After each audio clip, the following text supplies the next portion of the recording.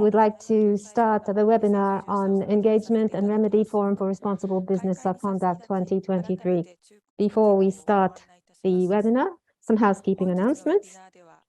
At the webinar, there'll be a simultaneous interpreting between Japanese and English. Please go to the bottom of your screen. There's an interpretation tab, and please select your language. Videoing and sound recording the webinar without the organizer's permission is something that we would like to ask you to refrain from doing. The video will be published at a later date. If you have a question, please enter your question in the Q&A section. For as much as time allows, we'll have the people on stage answer your questions. After the webinar, we ask you to cooperate in filling out questionnaires. When you exit from Zoom, and a questionnaire form will appear.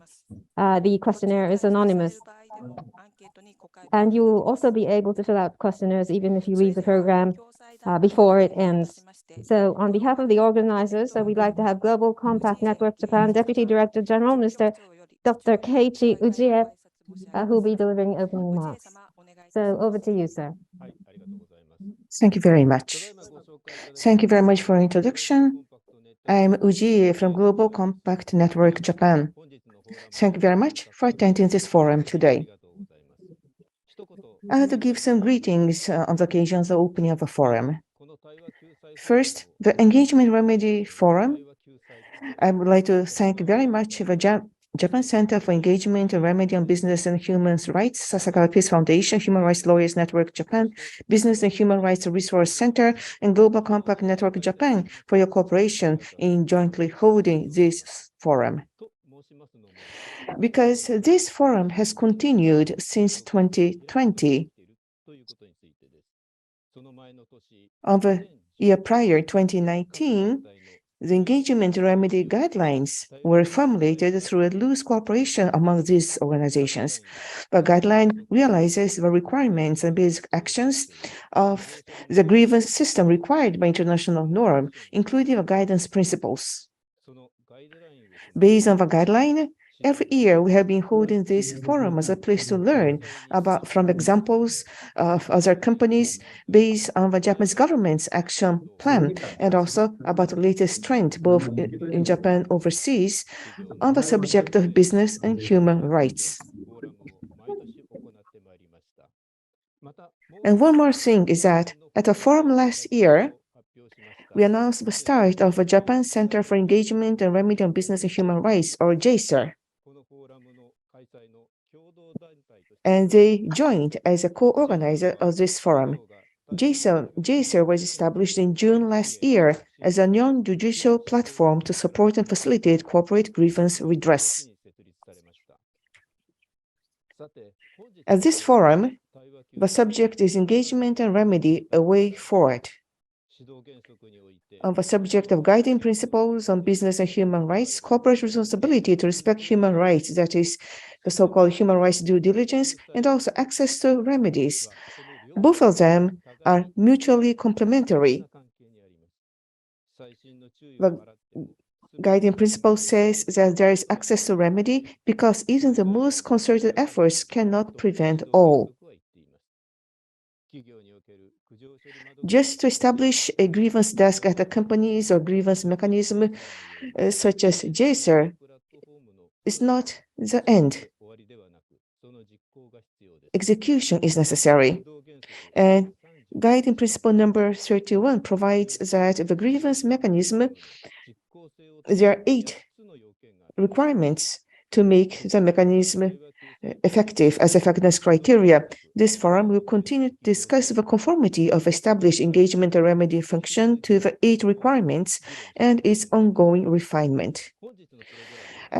This program today is divided into 3 parts. First, we'll have 4 keynote speakers. Mr. Gen Nakatani, Special Advisor to the Prime Minister on Business and Human Rights, will introduce the Japanese government's approaches to business and human rights. And then Mr. Ken Toyoda, Director of Business and Human Rights Policy Office of Ministry of Economy, Trade and Industry, will introduce the government's Human Rights Due Diligence Guideline, which was formulated in September last year. And Mr. Sakon Kuramoto, Representative Director of JaCER, will report on the Japan Center for Engagement and Remedy on Business and Human Rights Initiatives. Next, we are going to have a video message from Mr. Nicholas Hatches, Head of Access to Remedy from OECD Center for Responsible Business Conduct.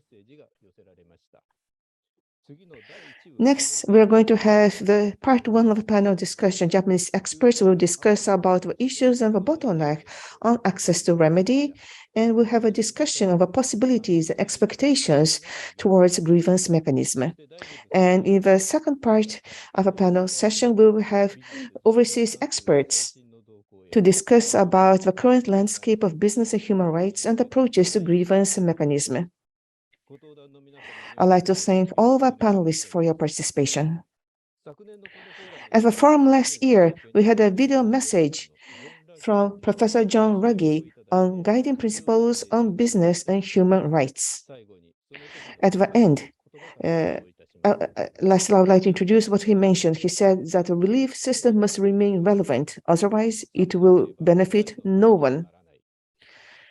I'm sure that all of you will be able to confirm that point through today's forum.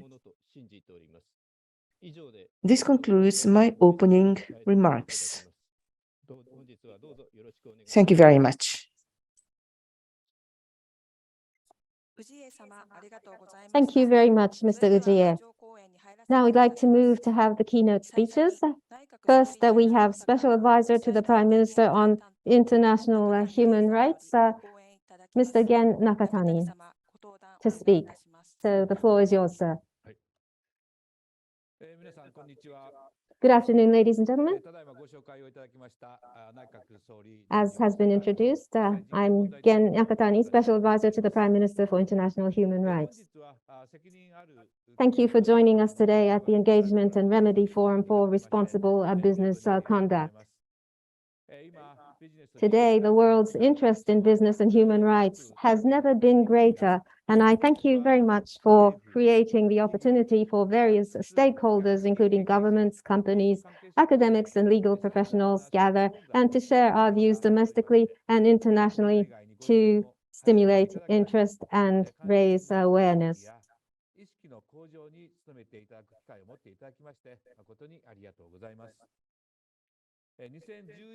In March of 2011, the guiding principles on business and human rights were endorsed by the UN Human Rights Council, and this was supported. And in October of 2020, the government of Japan framed the National Action Plan on Business and Human Rights, NAP, on the 13th of September last year at a meeting of the relevant ministries and agencies of the government of Japan, which was held under my auspices. We approved the Human Rights Due Diligence Guideline, officially known as the Guidelines on Respecting Human Rights in Responsible Supply Chains. This is the first set of guidelines on business and human rights for companies developed by the Japanese government, and the first in the Asian region, with the aim of helping companies understand and promote their efforts to respect human rights in accordance with international standards. The purpose is to promote efforts on the part of business. So what is important is for companies to firstly communicate their commitment to fulfill their responsibility to respect human rights, both internally and externally, and then to carry out human rights due diligence. I'm often asked to come up with a Japanese translation of the term human rights due diligence, but it is difficult to understand, but I'd like to you to understand, to learn this term, so please let me use it as it is today. So human rights due diligence is about first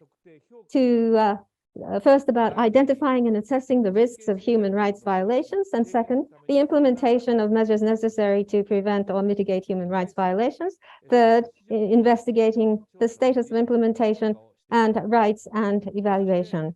Fourth, making efforts to explain and disclose information about a series of initiatives. It is a continuing process. What is important is that it is a process which does not end once a particular human rights violation has been identified and dealt with. It is a constant and ongoing process. Companies are then required to implement or cooperate with remedies when it becomes clear that their company is causing or encouraging human rights violations, etc.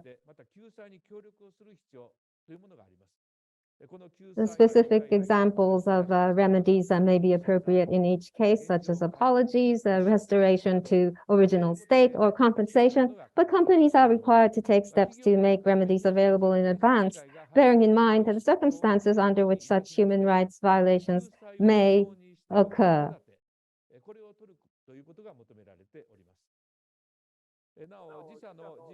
Note that if the company's business products, services are only directly related to the negative impact, it is not required to implement remedies, but the entity is required to play a remedial role. It should also be noted that the company should endeavor to prevent or mitigate the negative impacts by working with other companies that have caused or contributed to the negative human rights impacts. Now, today's seminar will focus in particular on the access to remedy, which is one of the pillars of the UN guiding principles on business and human rights. Some companies that are already making progressive efforts are taking effective measures on this front.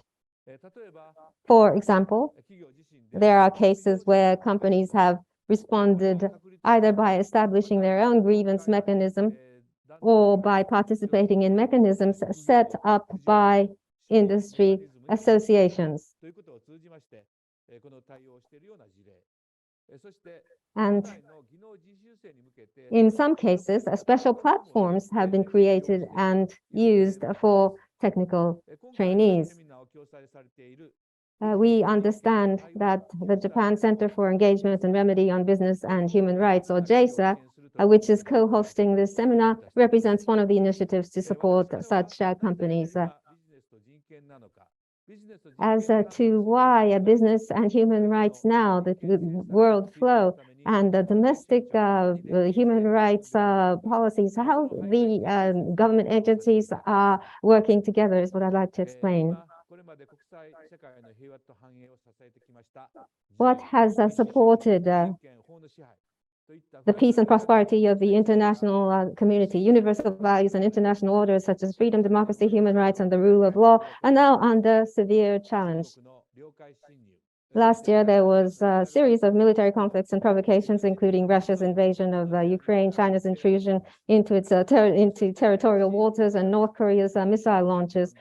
In January this year, the US-Japan summit meeting was held in Washington, D.C., and I accompanied the Prime Minister to this meeting, where the leaders of the two governments agreed that the post-Cold War is already over. And in order to ensure world order, regional peace, and prosperity in the future, the two leaders affirmed their recognition of the importance of strengthening unity with like-minded countries in all areas based on common values such as freedom, democracy, human rights, and the rule of law. That was the recognition which was reconfirmed. Yesterday, Prime Minister Kishida visited Ukraine and directly observed the situation of damage caused as a result of Russia's invasion of Ukraine.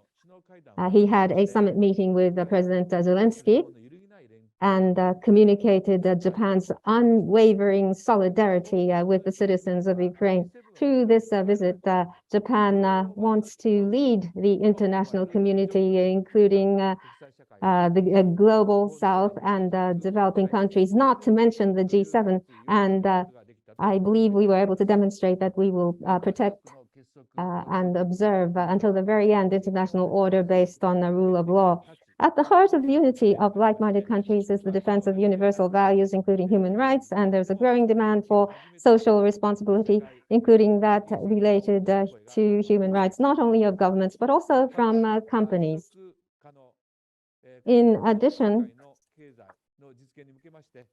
Society's values are changing dramatically towards the realization of a sustainable society and economy.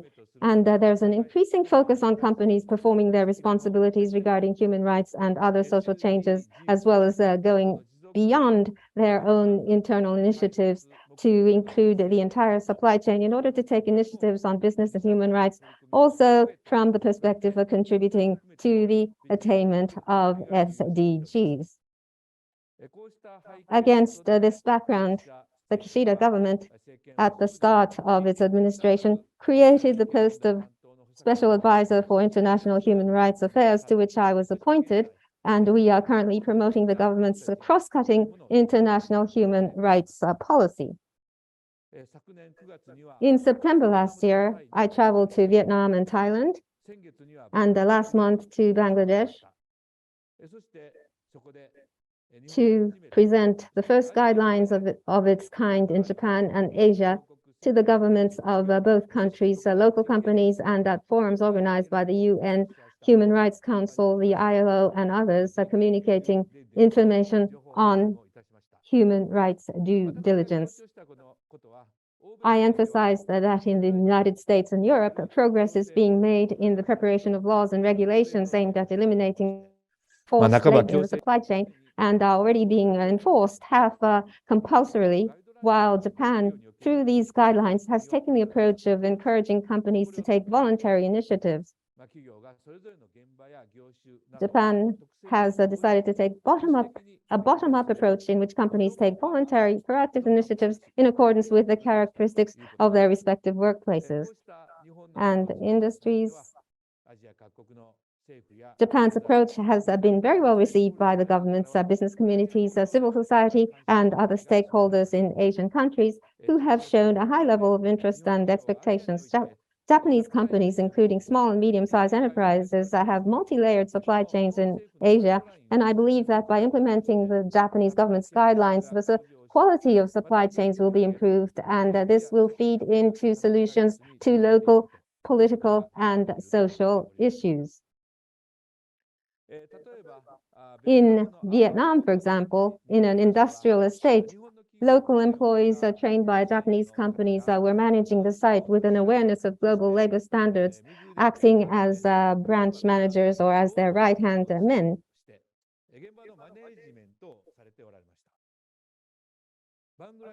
In a sewing factory in Bangladesh, with the support of the ILO, these employees were working with local workers to improve their understanding of occupational safety, making daily efforts toward improvement in order to comply with the international occupational safety standards.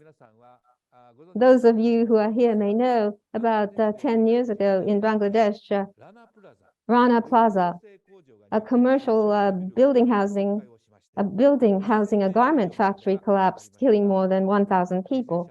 Many of the victims were young women working in a subcontract factory for an apparel company. This tragic incident further raised the question of the responsibility of multinational companies worldwide to respect human rights in their supply chains and raised awareness among consumers of human rights issues in supply chains. In order to prevent a recurrence of this tragedy, various stakeholders, including the local government, companies, industry associations, foreign companies with operations in the country, international organizations and NGOs work together to ensure a safe working environment and to set up a grievance mechanism contact point. I think it is important to understand the local attitude, to understand that they are aiming to make improvements on a daily basis and to support and work alongside them in their efforts rather than saying we will not do business with them because of problems might occur or problems have occurred. Earlier this month, I delivered a speech on behalf of the government of Japan at a high-level segment of the Human Rights Council in Geneva, in which I explained the basic policy of Japan's human rights diplomacy is centered on dialogue and cooperation, and its initiatives are related to business and human rights. I also introduced the Japanese government support for the introduction of human rights due diligence by Japanese companies and their business partners operating in various parts of the world, and for the building of systems in developing countries, and received the positive responses from various countries, including developing countries in the so-called Global South. I believe that the accumulation of such initiatives, one by one, will lead to respect for human rights and the realization of SDGs and sustainable societies in the world. The government of Japan will continue to work alongside business people and local people to realize a virtuous cycle between economic growth and respect for human rights. Of course, in addition to supporting the initiatives of companies, the Japanese government also needs to take the initiative and set an example. We are currently working on the creation of a mechanism to embody respect for human rights in government procurement. And we will work hard to do this since respect for human rights is a national responsibility, and how this is put into practice in economic activities is a question of the Japanese government's attitude itself. The government is committed to steadily addressing this issue. Finally, it is no exaggeration to say that this is the year in which Indo-Pacific region will truly take the lead in driving the global international order, with Japan holding the G7 presidency, India the G20 presidency, and the US the APEC presidency. Human rights issues are not problems that can be resolved overnight. Today's seminar brings together the wisdom of people with different backgrounds and expertise. It is important for us all to think about the meaning of the human rights and what needs to be done, and for each individual rather to initiate action. JaCER's initiatives are significant, helping those attempting to take action, working hand in hand with everyone in the field. We will move forward towards our goal of contributing to sustainable growth and the realization of a better society in Japan and the whole world. I wish to conclude my address by expressing my wish that today's seminar will be meaningful to all of you. Thank you for your kind attention.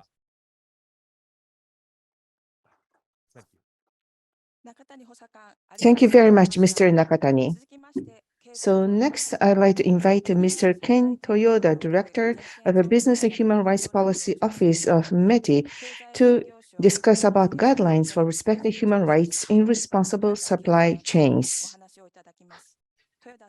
Mr. Toyoda, the floor is yours. Good afternoon. Thank you very much for your introduction. I'm Toyoda from METI.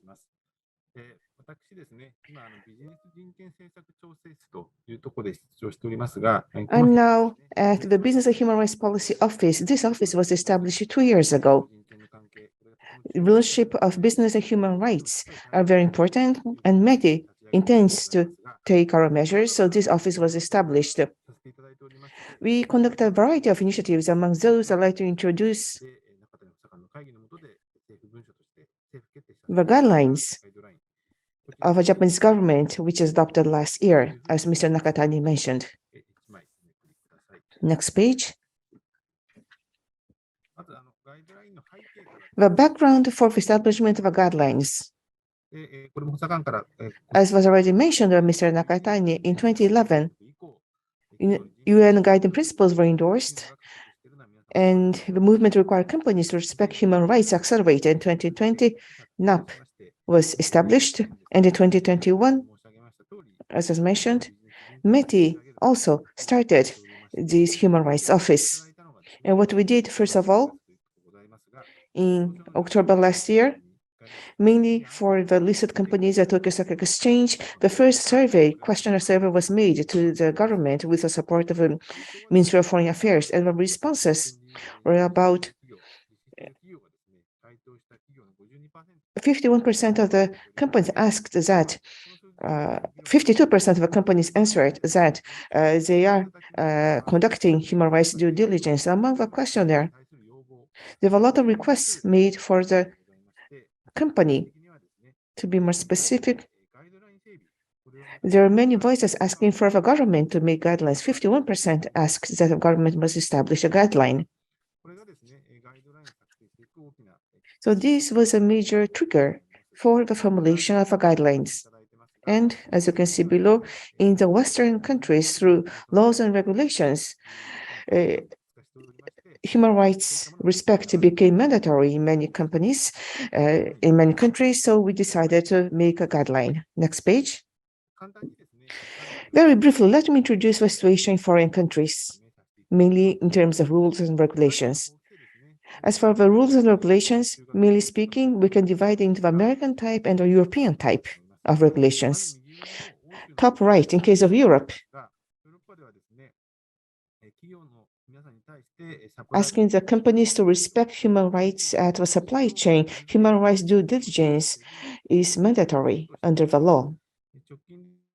As for a recent example, Supply Chain Act of Germany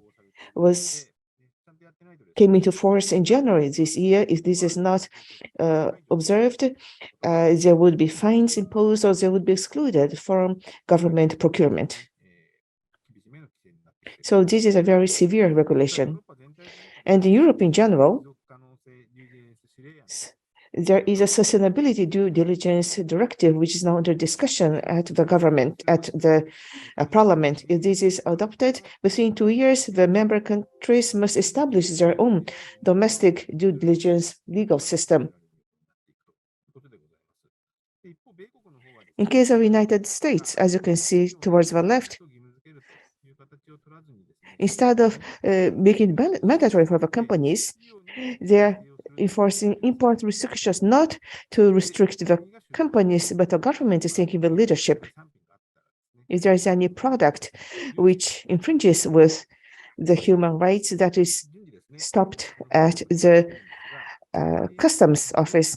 For instance, in June last year, a Uyghur Autonomous Region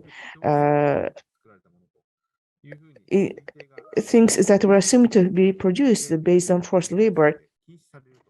All imports were banned based on the Uyghur Forced Labor Prevention Act. In case of importing, the company must prove that the products were not based on forced labor. And as I have mentioned, within one country or within EU, not to import products that violate human rights is being conducted. So export control is being conducted. So export is not allowed. Is there any concern or violation of human rights? Next page. I think it's needless to say, but actually, with regards to laws and regulations for foreign countries, I would like to explain that this is also related to Japanese companies. For instance, this is an image of a German Supply Chain Act. Based on the German Act, German companies are covered by the law, but also, as you can see here, this also includes companies with direct or indirect transactions. So whether there's respect to human rights, the German company would see whether there are any issues. For instance, if a German company has a transaction with a Japanese company, the contract with the Japanese company or the terms and conditions and the risk of violation of human rights are checked, and sometimes establish an organization to prevent such a violation is required. In case of the supply chain is globally connected. But there are regulations imposed in Germany which would also affect the Japanese companies. Next page. So these were the requests based on the questionnaire results to the companies, and based on the trends overseas, also the guideline was formulated. In March last year, the study group was started to discuss. The meeting was held 5 times. The trend of foreign countries were also considered. And OECD and United Nations, there were exchange of views with the members of OECD or United Nations committees. On the 13th of September last year, under the auspices of Mr. Nakatani, there was a government decision made. There are 2 features. One,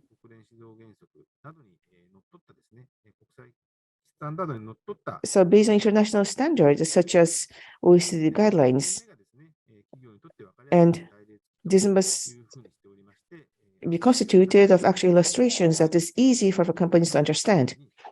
So that was a draft guideline which was made. And as you know, I believe some of you participate as members of this study group. Thank you very much for your cooperation. Centered on practitioners, a broad range of participation was seen at the meeting.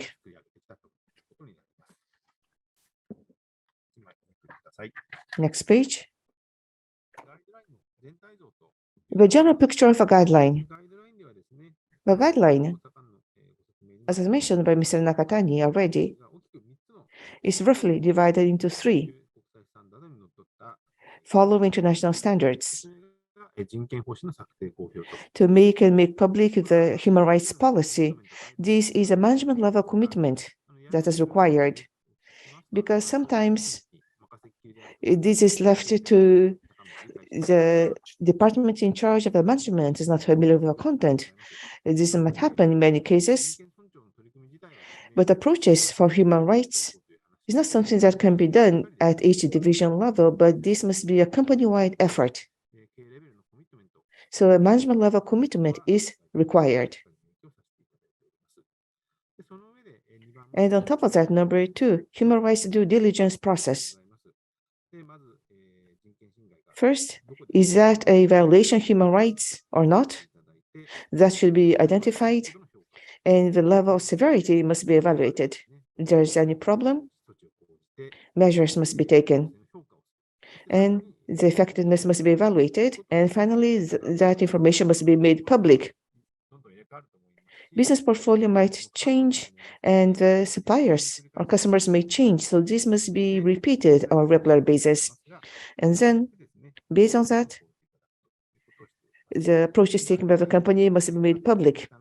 The second part of a guideline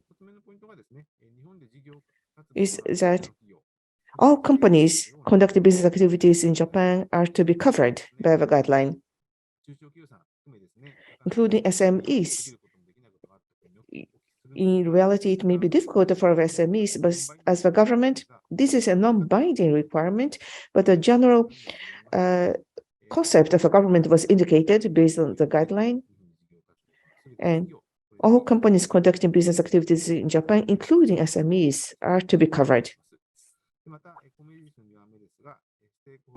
And engagement with stakeholders is also important, and this is also being mentioned several times in the guideline. The supply chain is global and very complex depending on the company. So there's a limit on what one single company can do.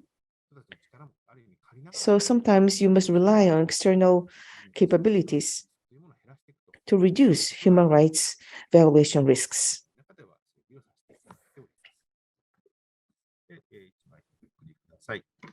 Next page. So very briefly,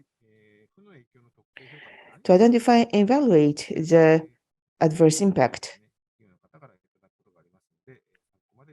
Just for information, as introduced in the guideline, as you can see toward the right, there are some methods of investigating the negative impact, like investigate information made public by international organizations. That is one way, and also to send questionnaire, or to have interviews, visit to the site, and also audit investigation by third party companies and also engagement with stakeholders. So these approaches should be taken. And for general picture of a guideline that is shown on the next page, page 7. Page 7, page 8 shows the contents of a guideline. The guideline itself starts with an introduction showing the general concept, and number 2, overview, shows the 3 approaches to 1, and then a human rights policy and due diligence. And from number 3 onwards, there are actual policies introduced in detail. Page 8. As you can see under number 2, the guideline itself. Areas that might be difficult to understand, there is a Q&A section for reference, and also there's a strong interest to foreign legal system, so Japanese translation of foreign laws are also attached. As you can see in asterisks, as reference material to the guideline, we are now formulating materials for reference. From a practical perspective, what should be done will be introduced in this material. We plan to make this public soon. As for the content, it's very detailed. So let me just be brief. In the guideline, the significance of respecting human rights is described.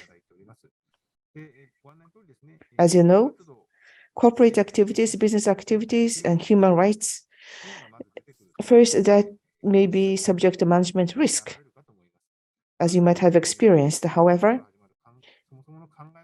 the basic concept starting from the guiding principle is that business must make efforts to respect human rights, to prevent, mitigate, and remedy adverse human rights impacts. That is a basic principle. But as a result of such initiatives, this must contribute to achieving sustainable economic society and maintain improved corporate value. One is to control management risk by taking these initiatives. Boycotts against products and services due to human rights abuse, such risks could be reduced. And as positive impact, brand image enhancement and securing human resources would be some of the positive impacts. Because time is limited, let me proceed. Page 12.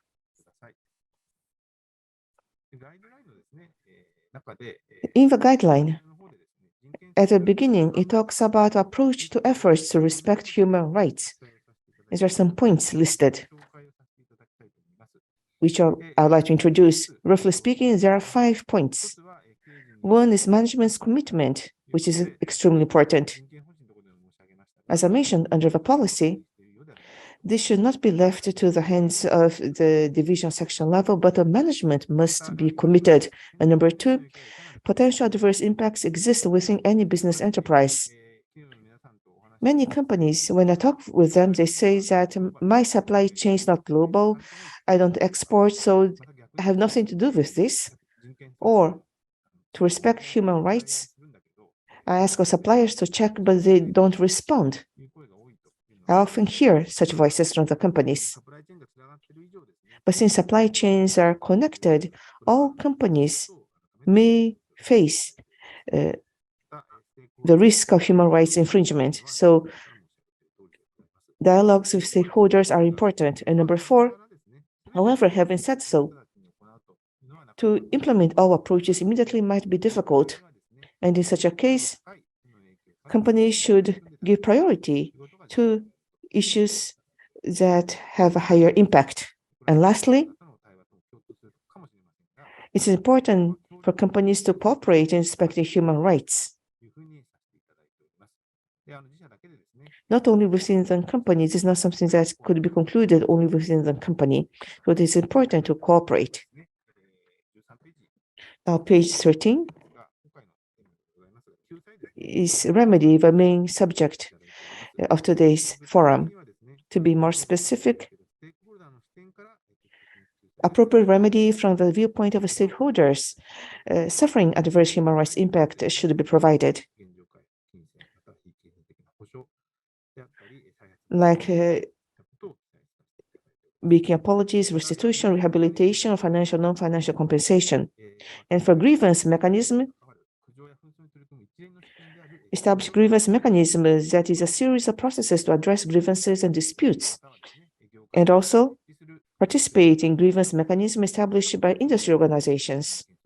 Through that, it must be possible to provide remedy. So, though time was limited, this concludes my explanation of outline of our guidelines. Thank you very much. 豊田様、ありがとうございました。 Thank you very much to Mr. Toyota. We next have Representative Director of JaCER, Mr. Kuramoto, who will be speaking about the center as well as the approaches the entity is taking. So over to you, sir. Thank you very much for having me. Mr. Kuro, I will be speaking about an outline of the center as well as the approaches we are taking. I would like to upload my PowerPoint. Can you see? So without further ado, I'd like to spend 15 minutes or so to give my talk. As the purpose and backdrop to the organization of JaCER is what I'd like to talk about first.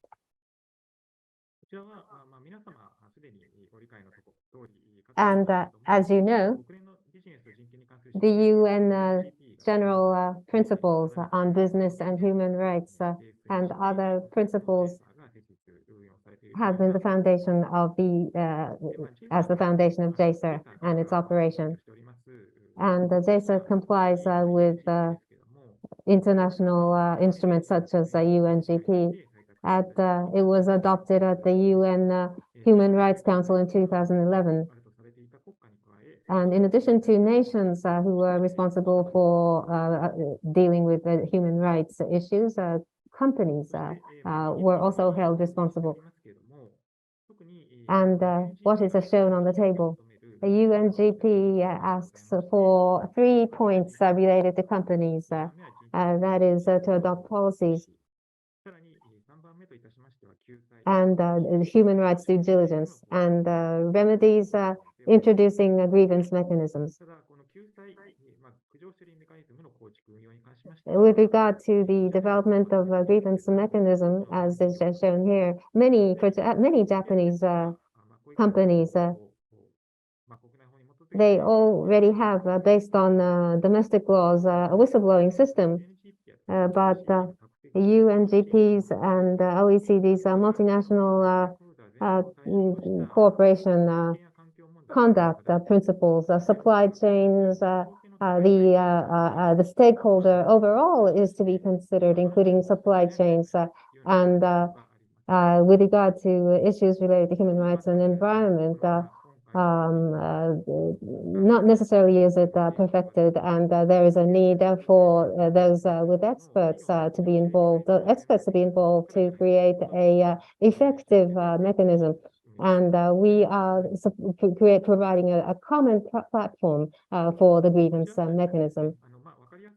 And this is a table which explains the grievance mechanism and remedies and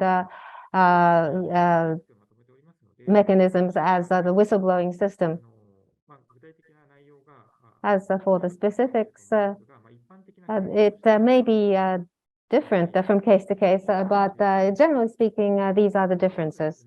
With regard to the whistleblowing compliance system, the users would be board members, executives, and employees of the company. It is usually restricted. When it comes to the grievance mechanism, the supply chain and value chains related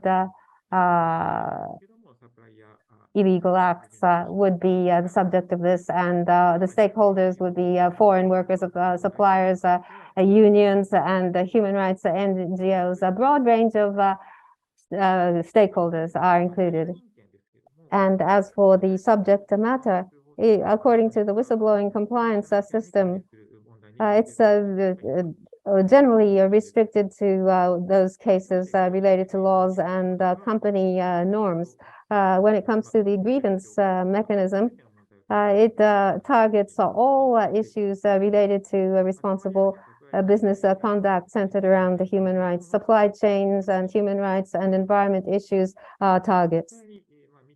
And the third element would be the transparency and effectiveness of issue solution. And there are two large differences between the whistleblowing and complying system. Of course, depending on how it's operated, the effectiveness and the transparency can be secured.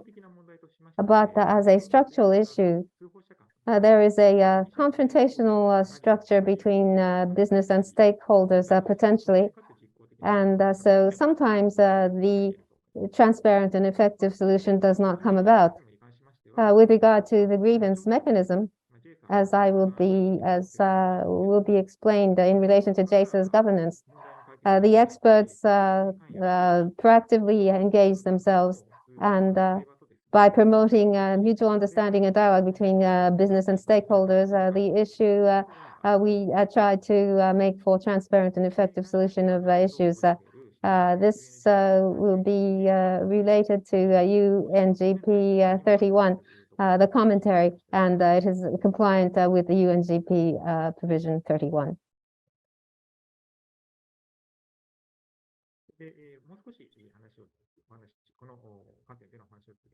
To continue to pursue this front, with regard to the present status of the grievance mechanism, UNGP approaches have seen considerable progress, and that is my awareness. However, the media and the research institutions are pointing out human rights violations in supply chains. Media have also pointed this out. And in response to this, NGOs and civil societies are asking companies to set up grievance mechanisms. So there's a demand for this. And this ESG investors and assessment agencies are stressing the S of ESG, human rights issues, and they are calling for a grievance mechanism as well. On the other hand, what is inseparable from human rights due diligence, which is the grievance mechanism, there has not been much progress in terms of approaches in this area. UNGP's guiding principle, third element, this is what is required of businesses, but we're not fully responding to this. And as a cause for this, the center conceives, has raised 3 points here. Respective businesses are preoccupied with human rights due diligence. They have their hands full, and they cannot approach the issue of grievance mechanisms. And there's not much know-how on the mechanism of a grievance mechanism, and there are no examples, so it's hard to start. And with regard to supplying issues, there's a high bar for one company trying to come to grips with this.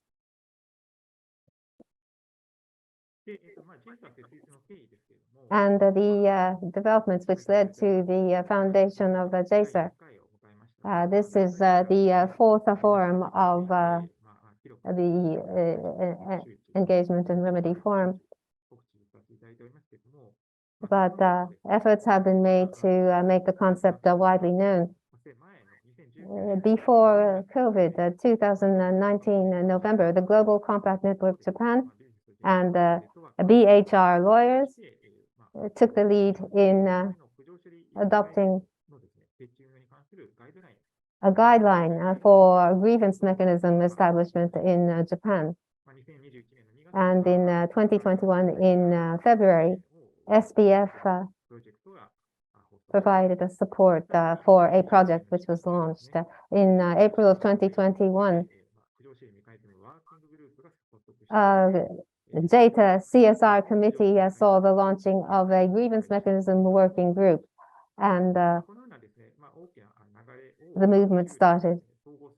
And in converging and integrating all of these efforts, JaCER, SPF, and the BHR lawyers played a central role in creating a non-judicial grievance mechanism, joint platform, business and human rights and engagement and remedy center, the Japan Center for Engagement and Remedy on Business and Human Rights, which was launched. JaCER, the members of JaCER, as well as all companies, are able to participate. It's an all-Japan approach, which is the purpose of the establishment and operation of this organization. As for the organization of JaCER, this is an outline of the center. Last year in June, it became a juridical person, and a website was fully open in October 2022, and we started accepting grievances. And there are 3 representative directors and 4 directors as well as auditor. And it has been established as a juridical person.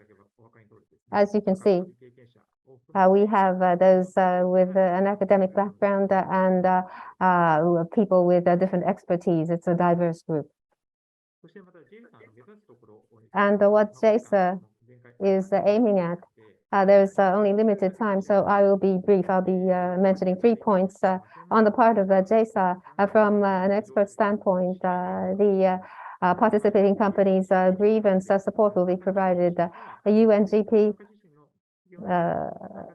in compliance with the UNGP, the participating companies are responsible for creating the grievance mechanism. JaCER is a strong entity which supports this endeavor, and the aim is to improve transparency and effectiveness of grievance mechanisms, and guaranteeing legitimacy of grievance mechanism, and also improving equity of grievance mechanism. JaCER will support Japanese businesses, and we aim to provide support for a highly trustworthy corporate grievance mechanism for the notifiers. The UNGP has Article 31, Principle 31, and there are requirements which must be fulfilled regardless of whether an entity is state-based or non-state-based when it tries to create a non-judicial grievance mechanism which ensures efficacy, and there are requirements from A to H. Based on these principles, Japanese companies' grievance mechanism efficacy we will try to improve. This is an all-Japan effort, and the company's nationality is not restricted in the future. International entities participating will be welcome on the part of JaCER. And JaCER's governance is what I'd like to explain here. Concerning this, JaCER has 4 members centered around Japanese businesses.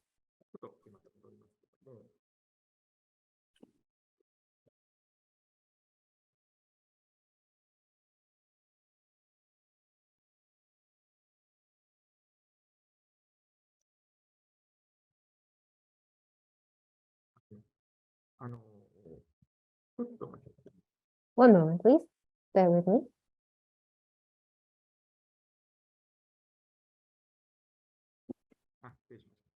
Excuse me. It's that. As is shown here, JaCER's governance system has been created.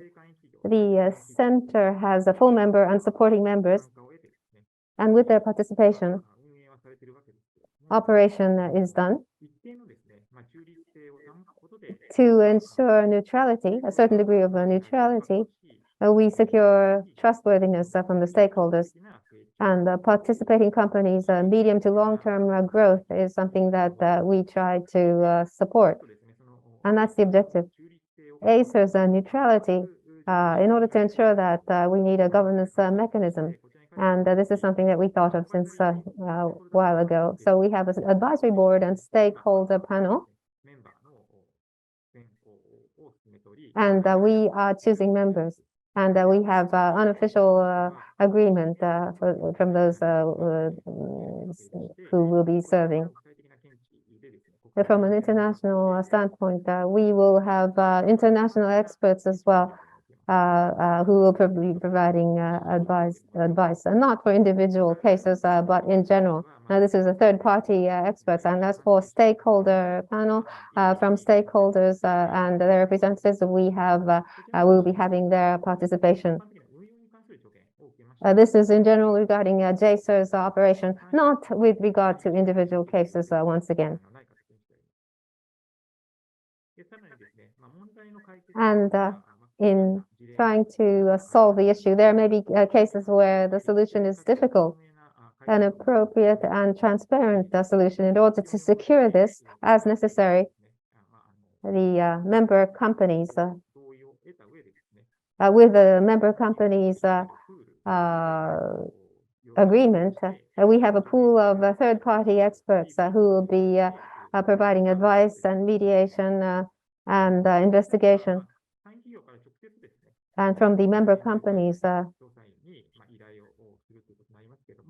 member companies will directly asking for advice and mediation from the committee members. Promoting stakeholders' engagement and supporting the issue solution is the objective. Through platforms, it's possible to gain support from a third-party expert human resources. And this is JaCER's grievance mechanism contact point. JaCER's website will be used. We have a contact point on this website. And the members, as full members, as supporting members,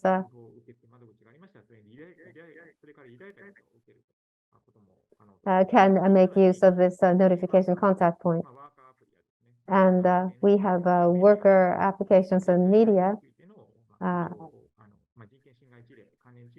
with regard to human resources violations. If there is a reporting by media, the member companies may seek support, in which case JaCER provides this support.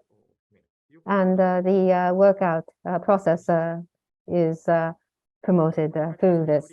And as is shown here, there's an English version and Japanese version form on the website, which is already open. And member companies, depending on the requests of member companies, we will be preparing forms in other languages. As member companies, we have full members as well as supporting members, the two types of members who are participating. As I mentioned earlier, as not only members of JaCER, all of the companies may make use of our system. As of March 6, 2023, these are the full members and supporting members. We have trading companies and food and beverage companies, or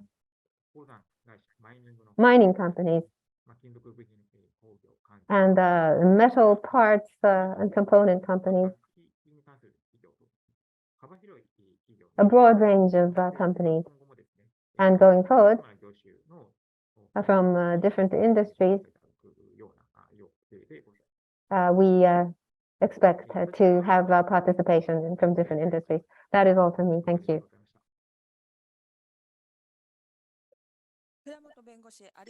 Thank you very much, Mr. Kuramoto. Now, last but not the least, We have a video message from Mr. Nicholas Hatches, Head of Access to Remedy from OECD Center for Responsible Business Conduct. We'd like to show you the video.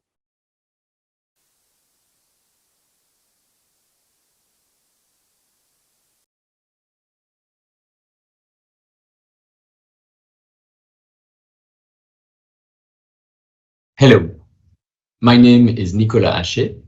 I am the head of Access to Remedy at the OECD Center for Responsible Business Conduct. In that capacity, together with my team, I coordinate and support the network of OECD national contact points for responsible business conduct. I would like to thank the Japan Center for Engagement and Remedy on Business and Human Rights, the Global Contact Network Japan, the Business and Human Rights Resource Center, the Business and Human Rights Lawyers Network Japan, and the Sasakawa Peace Foundation for their kind invitation to share some reflections on recent developments on access to remedy for RBC at the OECD in this forum. Let me open by celebrating the launch of the Japan Center for Engagement and Remedy on Business and Human Rights, or JaCER, last October as a platform for handling grievances related to human rights that might involve 17 large companies in Japan, but also other companies on a voluntary basis. I am particularly delighted by this initiative, which is testament to the commitment of the participating companies to access to remedy, which is an important yet underdeveloped pillar of responsible business conduct. As we all know, remedy is an important step for companies in conducting due diligence in case adverse impacts occur. Step 6 of the due diligence process laid out in the OECD Due Diligence Guidance for Responsible Business Conduct states that when an enterprise identifies that it has caused or contributed to actual adverse impacts, it should address such impacts by providing for or cooperating in their remediation. This is what we are seeing with this initiative, and this is welcome as the focus on access to remedy has been increasing lately. As an illustration of this, on 14 and 15 February of this year, ministers and high-level representatives from 65 countries from around the world gathered in Paris for the OECD ministerial meeting on promoting and enabling responsible business conduct in the global economy.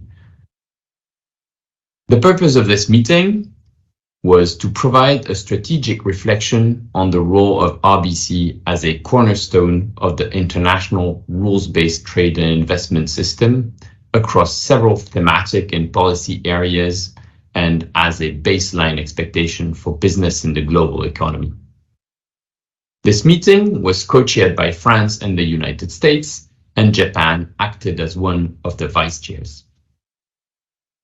In the declaration that was adopted on the occasion of this meeting, ministers and other country representatives recognized, and I quote, that effective remedy for those affected by corporate activities, particularly for groups experiencing vulnerability, remains a challenge in the global economy.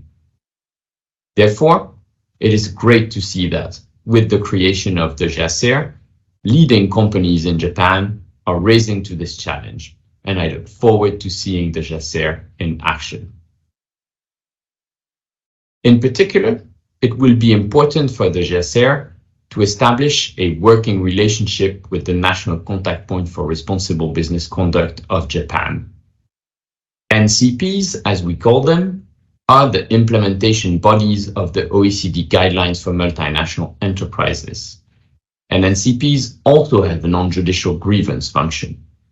In short, any person with an interest in reporting an alleged non-observance of the guidelines may report such a case to the NCPs of the country in or from which that company operates.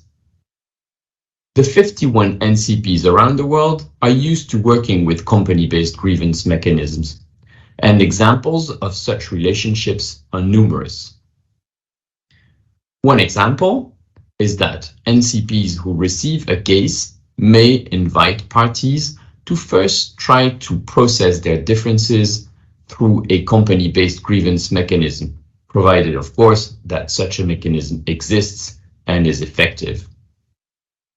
A second example is that NCPs can also act as escalation mechanisms to company-based grievance mechanisms, meaning that NCPs can assist parties in finding a solution to the case where previous efforts have failed, and also provide recommendations on how to make company-based grievance mechanisms more effective and better trusted by potentially affected persons.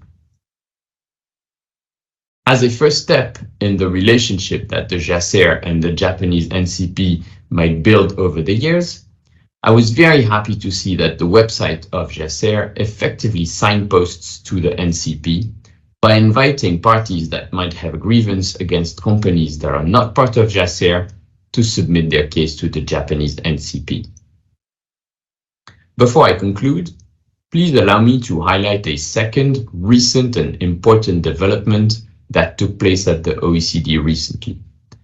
In December 2022, the OECD Council adopted the OECD recommendation on the role of governments in promoting responsible business conduct.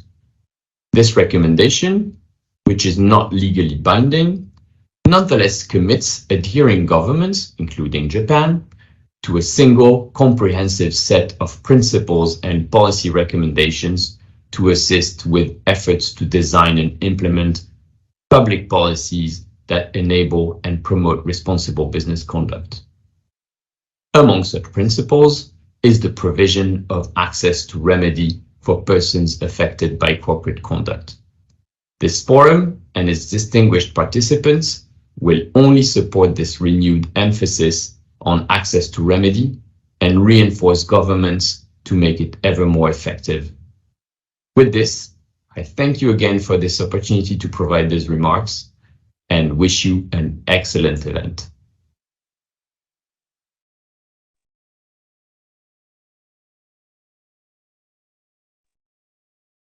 Thank you very much to Mr. Hatches. We'd like to start the first session on HRDD guidelines and access to remedy, progress and challenges in Japan. From here, we'll have a Global Compact Network Japan, the Deputy Director General, Mr. Keiichi Ujie, and Mr. Takahashi, Representative Director of JaCER and lawyer, will be facilitating. So we'd like to start the first session, HRDD guidelines and access to remedy, progress and challenges in Japan. As I mentioned earlier, I will be facilitating together with GCNJ, Mr. Ujie, Deputy Director General. So we'd like to ask Mr. Ujie to speak about the purpose of this session. And at the same time, the panelists are asked to turn on their cameras. So over to you, Mr. Ujie. Yes, thank you very much. I'm Ujie from Global Compact Network. So let me introduce the purpose of the meeting. As was mentioned by the keynote speaker, Mr. Nakatani, he introduced the approaches of business human rights of the Japanese government.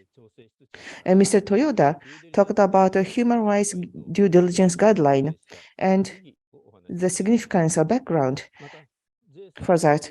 And Mr. Kuramoto from JaCER talked about the establishment of JaCER and what are the social purposes. But listening to you, I believe that for Japanese companies, human rights due diligence is entering a full-fledged stage of implementation. But on the other hand, in actual remedy, companies and governments face a variety of issues. The title today is Engagement and Remedy Forum, and approaches based on engagement, I think, is a key point. Now, there is a Japanese word called chomon, which uses two Chinese characters. I'm not talking about, this means hearing, but not a hearing of administrative procedure, but there is a Buddhist term saying chomon. There are two Chinese characters, but both Chinese characters means to listen. In preaching, to go is to listen, and to come is to hear. So it means to go out and listen and receive what you're told in your heart. That is how it is explained. So the engagement that we are discussing today, I think, may be like that. In part one, I'd like to ask the panelists to discuss focusing on practice of engagement and remedy.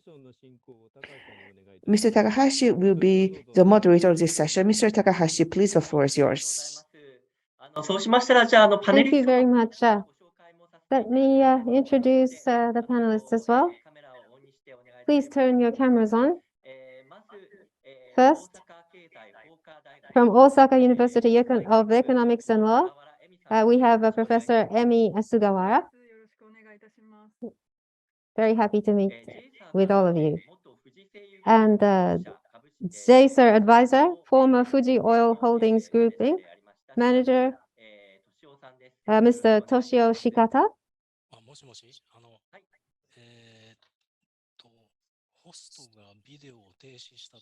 It says the host stopped the video and we cannot start the video. My video is not functioning. So we'll have someone turn on your video for you. Thank you.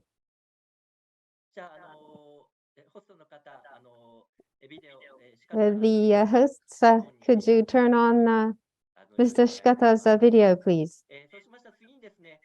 Next, Chair of Civil Society Platform on Business and Human Rights, Mr. Hideki Wakabayashi. Wakabayashi speaking. I look forward to having this discussion with you. And the Program Officer for ILO Office for Japan, we have Mr. Ryusuke Tanaka.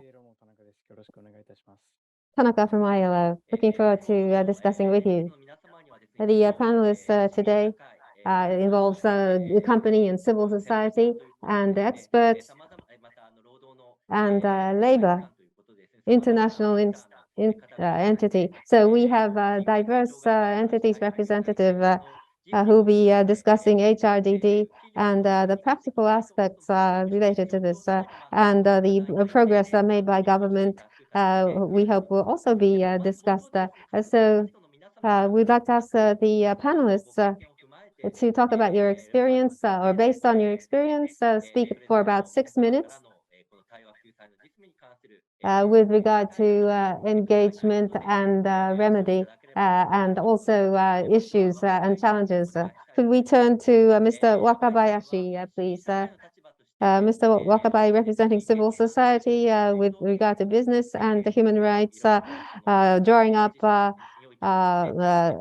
action plans is something that you were involved in. And with regard to human rights guidelines from civil society, you have been communicating in various ways. So based on this experience, human rights guidelines, UNGP guidelines, the evaluation and issues and expectations for government and companies. Please, over to you, sir. Thank you very much for your kind introduction. The civil society standpoint is one thing, but generally speaking, respective companies and experts included, there are common issues. So including this, I'd like to talk from the standpoint of civil society. And as for the guideline in general, the evaluation is such that those who were grappling with business and human rights were only a small number of companies, large companies. When the METI came up with a guideline, the impact of this was very great. There's OECD guidance, and Japan's METI created a guideline for Japanese businesses. And that is something that makes companies feel that they have to work on this. And I think that is a major factor. But including companies, the middle-sized and small companies, there are some considerations given. And so the way it's expressed is such that it's vague in some ways in order to give consideration to small companies as well as medium-sized companies. So if we make a mistake, we may be putting the cart before the horse.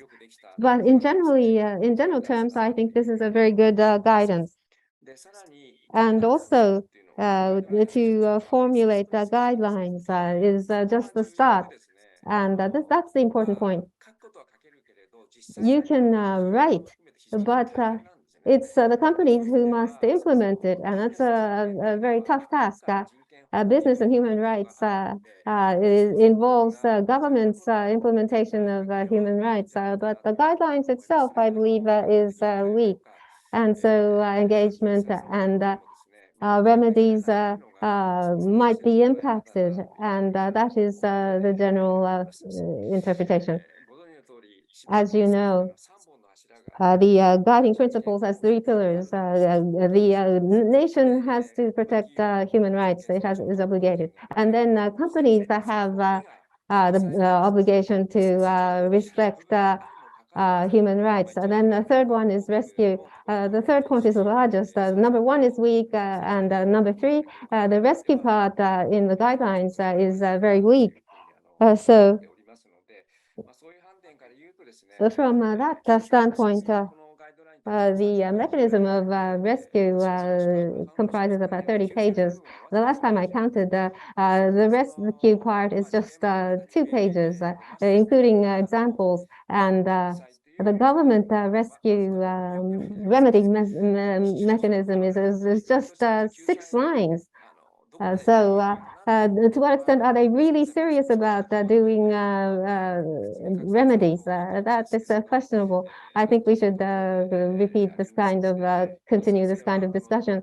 So business and human rights and guiding principles, the most important pillar, the remedy part, including a grievance mechanism. To what extent the guideline is serious about doing this is something that is not visible as yet. And as I said earlier, it's the formulation of the guideline is not the end of the task. You have to cascade it. You have to have people understand it, and you have to make it effective. And that is the role of government. So that attitude cannot be seen. It's very weak. And on the remedy part, the government remedy mechanism is such that the national contact point is provided, but it's not functioning at all. Nobody knows about this. And to what extent that they're grappling with this is not visible to those outside.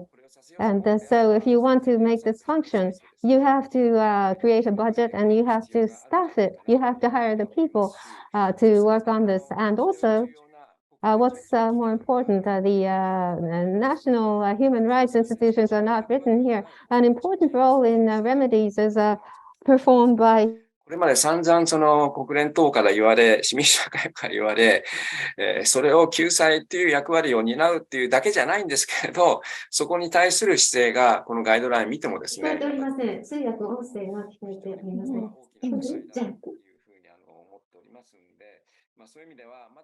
So in that sense, I believe that for remedy, the remedy mechanism, there's a JaCER's role is extremely important. And they are mutually complementary to play their roles. And I think that a mechanism is not yet sufficient. I believe the mechanism is still has a gap. And this is about stakeholder engagement. And that's why the panel discussing engagement and remedy together. And remedy portion has been weak, as has been pointed out. Engagement is really meaningful stakeholder engagement. It has to be meaningful. Just engagement in form is meaningless. It has to be meaningful engagement, and it has to be incorporated in remedy. And to create a track record of this is very well. In the end, we're discussing who does the company belong to, including stakeholder capitalism.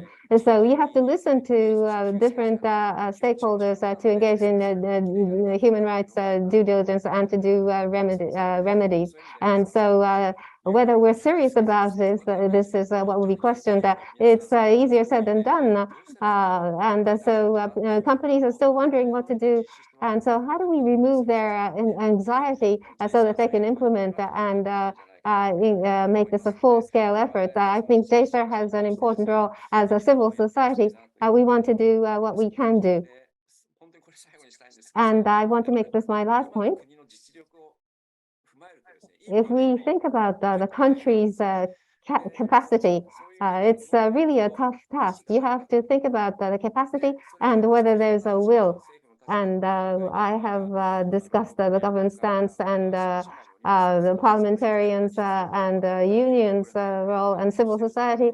I know their capacity, so I think this is going to be a very big and tough task. We need to be aware of this. It's not just the government and companies. Civil society also has a role. So considering this present situation, how do we move forward? Of course, the capacity changes if there's a will.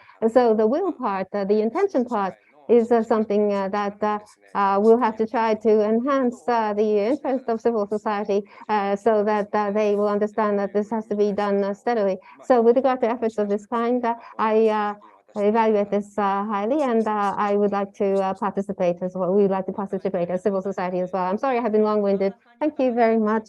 Next on Sugawara-san.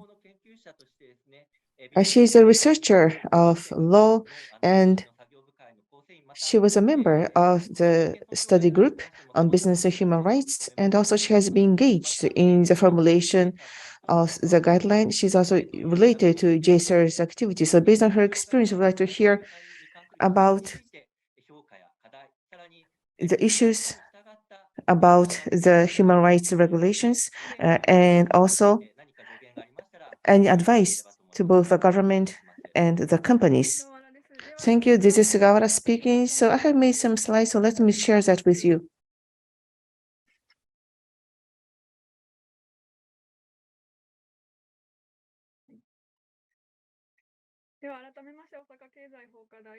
Thank you. I'm Sugawara from Osaka University of Economics and Law. I'm also a member of JaCER. International human rights law and business human rights guiding principles, and on the formulation guideline and companies' government's approaches. I would like to introduce some of the main points about it. So let me start with my presentation. First, as Mr. Toyoda introduced us the details of a formulation of a guideline, in September last year, the government's guideline was announced. And among those, it has been repeatedly mentioned about the importance of engagement.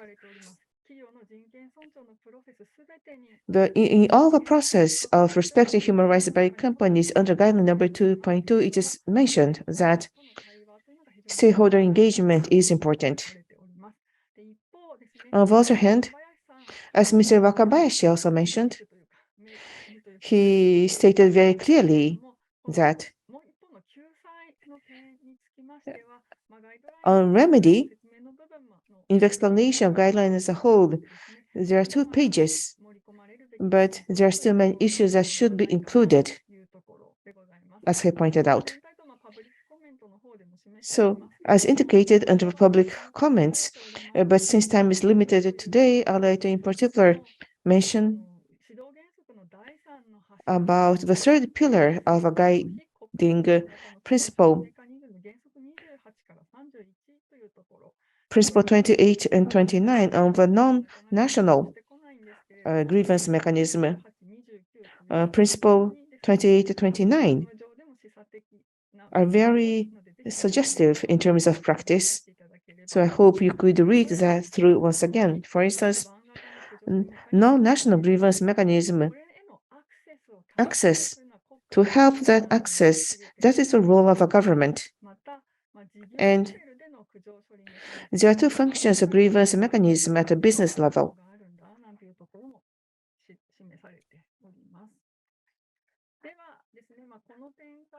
So on these points,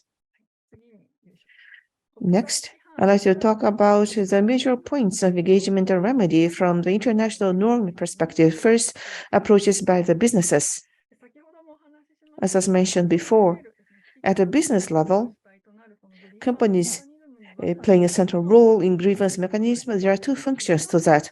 One is to be mutually complementary with a human rights due diligence. As Mr. Ujie also mentioned about the Chomon theory, to go to listen by oneself and also to listen to the voices that are coming to you, they are mutually complementary. And this is also effective in identifying human rights risks for the company. That is indicated under Principle 29. So for due diligence, to try to, the companies go out to find risks, then they start from areas of high priority. But in that case, the areas that would not be covered. And in such a case, voices from those affected, based on grievance mechanism, to identify the adverse impacts. So due diligence and remedy are bidirectional. And number two, of course, the grievance mechanism or the remedy mechanism, there is also damage. If it is possible to catch when the damage is small, it is easier to provide remedy, and for the persons affected and for the company, that is a win-win relationship. At a business level, this is considered to be important. And as I mentioned earlier, business and human rights is very broad in range. So you may start from what has priority, but there is always voices from places which is not covered, which is not prioritized. It's not that you are punished if there is an infringement, but human rights must be respected from the very beginning. So to respond to the voices is important. So even if priority is not high, there may be voices coming to you and can respond to such voices. That is another point. In Principle 28, the grievance mechanism has a very diverse format.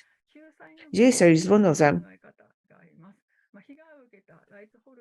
The rights holder being affected based on the situation, they must have an option, so we call it a bouquet of remedy, which must be provided. That will lead to the implementation. As Mr. Wakabayashi also mentioned, introducing JaCER, mutual complementary with a judicial side. That is another aspect of remedy. In addition, approaches taken by the government. I talked about the example of Principle 28 earlier, but the government, how government should provide access to remedy. Looking at the guiding principles, there is no practical advice. So each country is going through their trials and errors. In doing that, I can see that from research. This slide shows examples of some countries like the UK, France, Italy, and Germany, and the US.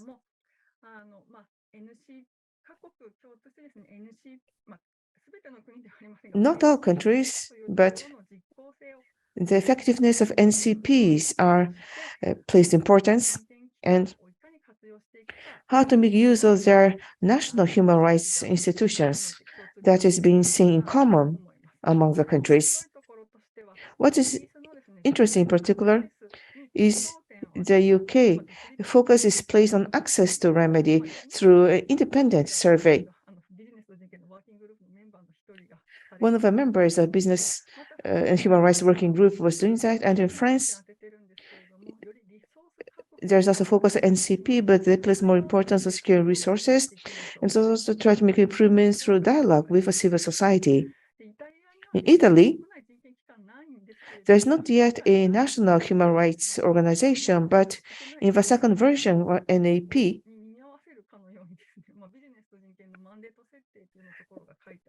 they are writing about setting a mandate for business and human rights, which could also be of reference for Japan. And in Germany, to make a guideline focusing a grievance mechanism, and they're now making a gap analysis to make the second version. The content of a recommendation also, and also pilot project in cooperation with partner countries.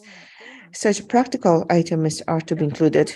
In the US, currently, they are in the middle of a process, which is also referring to remedies. But the details are yet to come. But in any event, the processes, or in making something new, engagement, through engagement, they emphasize inclusion of engagement, which is a great reference for our Japanese approaches. That is all from me. Thank you very much for your attention. 次に田中さんに伺いたいと思います。田中さんは国際労働機関のご担当 Thank 者 you とし very て much, Mr. Gawara. We will now have Mr. Tanaka speak. He has been instrumental in the Human Rights Charter writing, and Mr. Sugawara, along with him, they have announced a report on policy recommendation. So based on this experience, focusing on engagement and remedy and government and companies, what experiences you had in when you floated your proposal and recommendation. I'd like to ask you to speak about this. I'd like to talk about the labor aspects of this, and in terms of engagement and the remedy and grievance mechanism. I think you can think about a wide range of workers, but the issues, depending on the entity, it's a workplace issue. So the workers, what they're struggling with in their workplace is something that we have to try to address, and that is a very important point. Let me share some PowerPoints.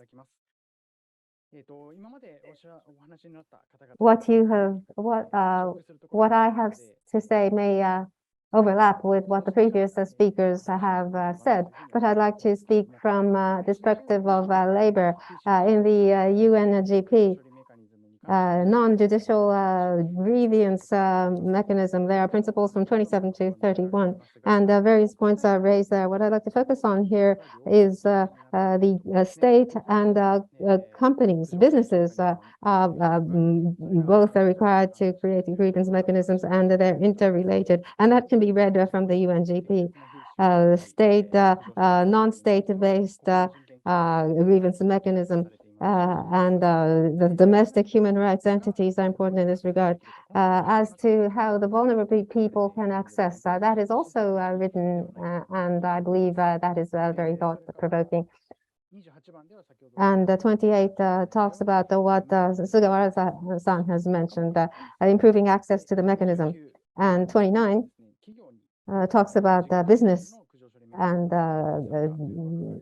operation level grievance mechanism and establishment thereof, due diligence process. It's mutually complementary.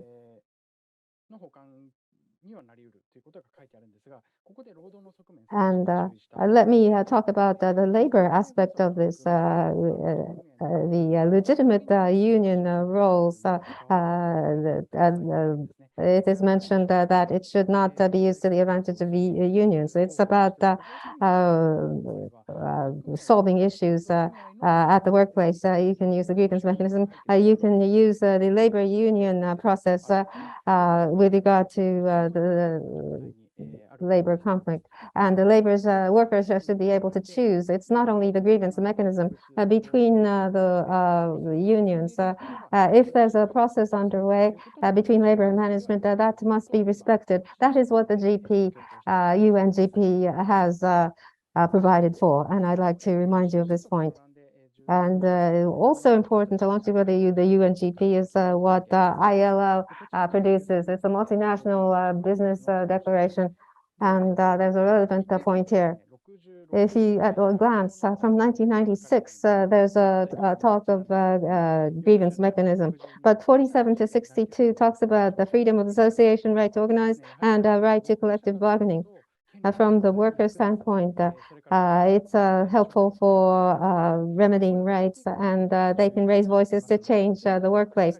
So this is very important in terms of grievance mechanism, and we need to look at this from the perspective of remedy as well. And having done so in terms of grievance mechanisms, there's a special provision when you employ workers, the workers have a right to be screened, and that right should be respected.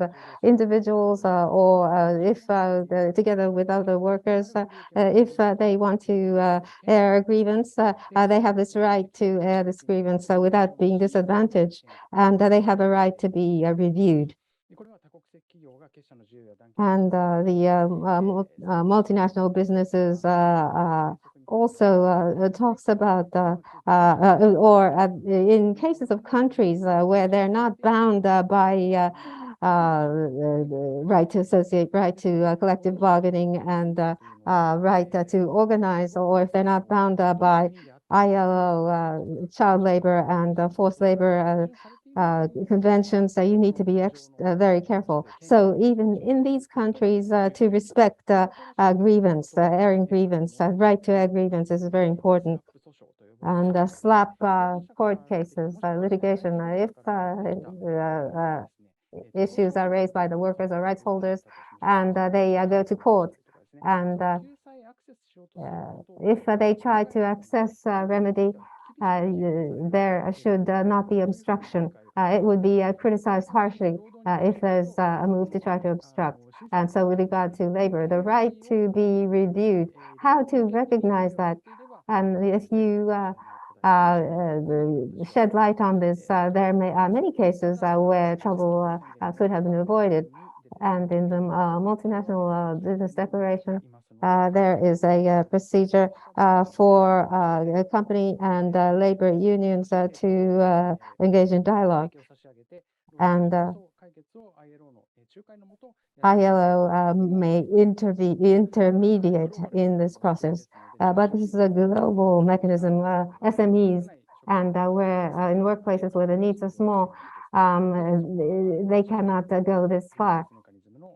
So the grievance mechanism role becomes very important here. And as introduced at ILO, Sugawara-san has provided us tremendous cooperation, and a policy recommendation on business social responsibilities and labor has been formulated. And recommendations of this I would like to introduce later on. And Wakamazu-san and Sugawara-san also mentioned NCP, OECD's multinational business declaration, NCP strengthening. That has been floated as a recommendation. And so that there has to be human resources secured, and independence must be secured. These are written in, and dedicated staff, the allocation of dedicated staff, and also introducing experts' view, human resources function, and financial foundation expansion is very important. This is and also with regard to OECD membership companies, the NCP network is very substantial. NCPs, when they have the ability to gather information, by exchanging information with overseas, perhaps this function can be strengthened. That thought came to mind. And NCP's mechanism, as much as possible, management and labor unions' opinions must be reflected. And so within supporting efforts to support solving issues, labor and management should engage in dialogue. Both sides are providing resources so as to prevent a reoccurrence to incorporate such a procedure within NCP, embedding this in NCP is important. National human rights institutions are important. They are, countries such as Germany, through introduction of NAP, national human rights institutions have played a major role. So that the institutions, national human rights institutions with transparency should have invite the participation of those involved. And I think that is a very important role. This is a role that can involve some monitoring independent of governments. And in Japan, policy analysis and also adoption of policies are areas in which NHRI can play a role. And there's a renewed look at the role of NHRI. Thank you very much. Last, I'd like to invite Shikata-san. And he established the grievance mechanism at Fuji Oil. So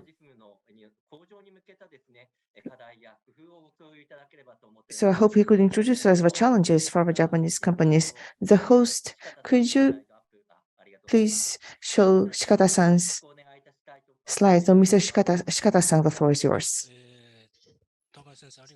Thank you very much for your introduction. I'm Shikata. Thank you very much. Each speaker has made very tough comments, and for the companies, it seems that the bar is getting higher and higher. So my talk may be very vague, but I'd like to mention 3 points based on my experience. Next page, please.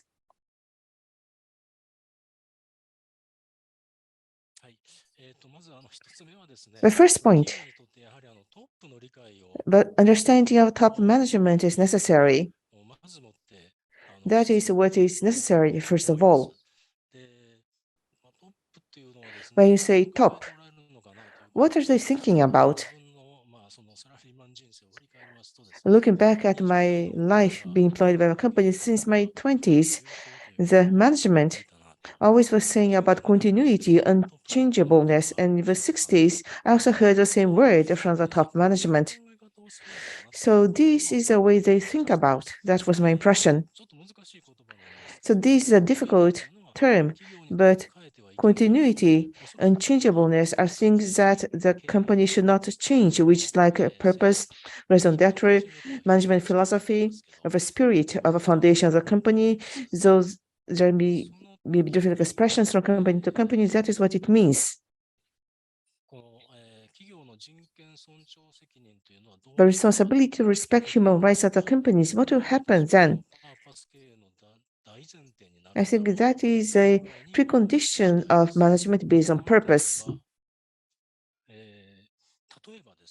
For example, let us say there is a company that makes confectionaries to send things that taste good and which is healthy to the children, contribute to the healthy growth of children. Let us say that is a company. Then business and human rights. What happens if they disregard human rights? For example, raw materials based on child labor, they would make such confectionaries to provide such products to children. This is not socially acceptable. So this should be a basic assumption. Business and human rights is something that should not change.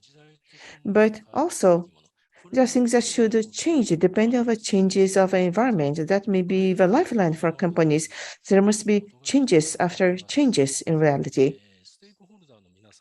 But the stakeholders, let us say stakeholders are changing, and ESG, human rights, SDGs, there are many new things being talked about.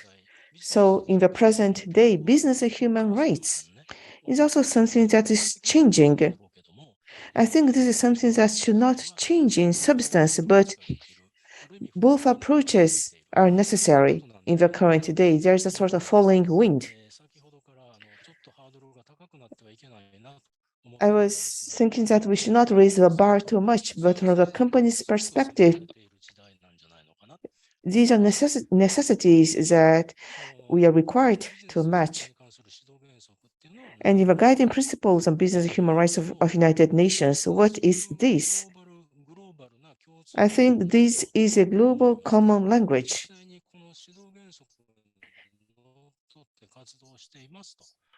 If you're acting based on guiding principles, people say, I see, I understand. And that leads to communication. So it is very convenient. Next page. To be more specific, recently I was reading Asahi newspaper and I found an article which was very impressive, so I copied from that. Asahi newspaper, Economic Plus, it says, challenge of Black Sanders. What it says here is that the chairman of this confectionery manufacturer was saying that he found out that child labor might be related to manufacturing chocolates. So he thought there must be something done about it. I think that was a sort of instinct of the management. Instead of not changing, something must be done because that is a matter of existence of the company. And then 2 days later, there was another article saying changes in procuring raw materials. He told that he wanted to have products, raw materials supplied from companies that are not based on child labor. There was only one company. In particular, that is a B2B Japanese company, which came to tell that I can do that too. And this may be something that is changing. Society is changing, manufacturers are changing, so the company is also changing. So we see such an example. So such outside example should be integrated into the company and study what the company management should do. So understanding of a management must be deepened, and if that's not sufficient, as was mentioned by the experts today, there must be a direct communication with the top management. I think it's necessary to make a place for direct communication with the management. Unless there is cooperation from the top, it's very difficult for the company. Next page.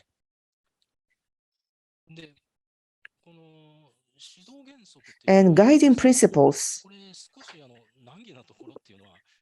This is difficult. It's not the end by just doing one. There are 3 principles.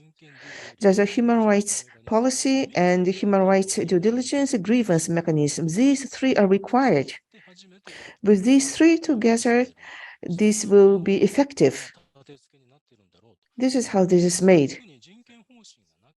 Unless there's human rights policy, as you can see on this chart, what is the relationship between the company and the supplier is that the company must be able to correct what the suppliers are doing wrong. And then the employees may wonder, how about our own company? But the situation changes. There is a human rights policy. In implementing our human rights policy, we have to do this. So our suppliers should agree, our business partners that agree with our human rights policy. So we both must fulfill our human rights responsibility. That is how it works. And then activity on normal times, activities at emergency times, there's numbers 2 and 3, I believe.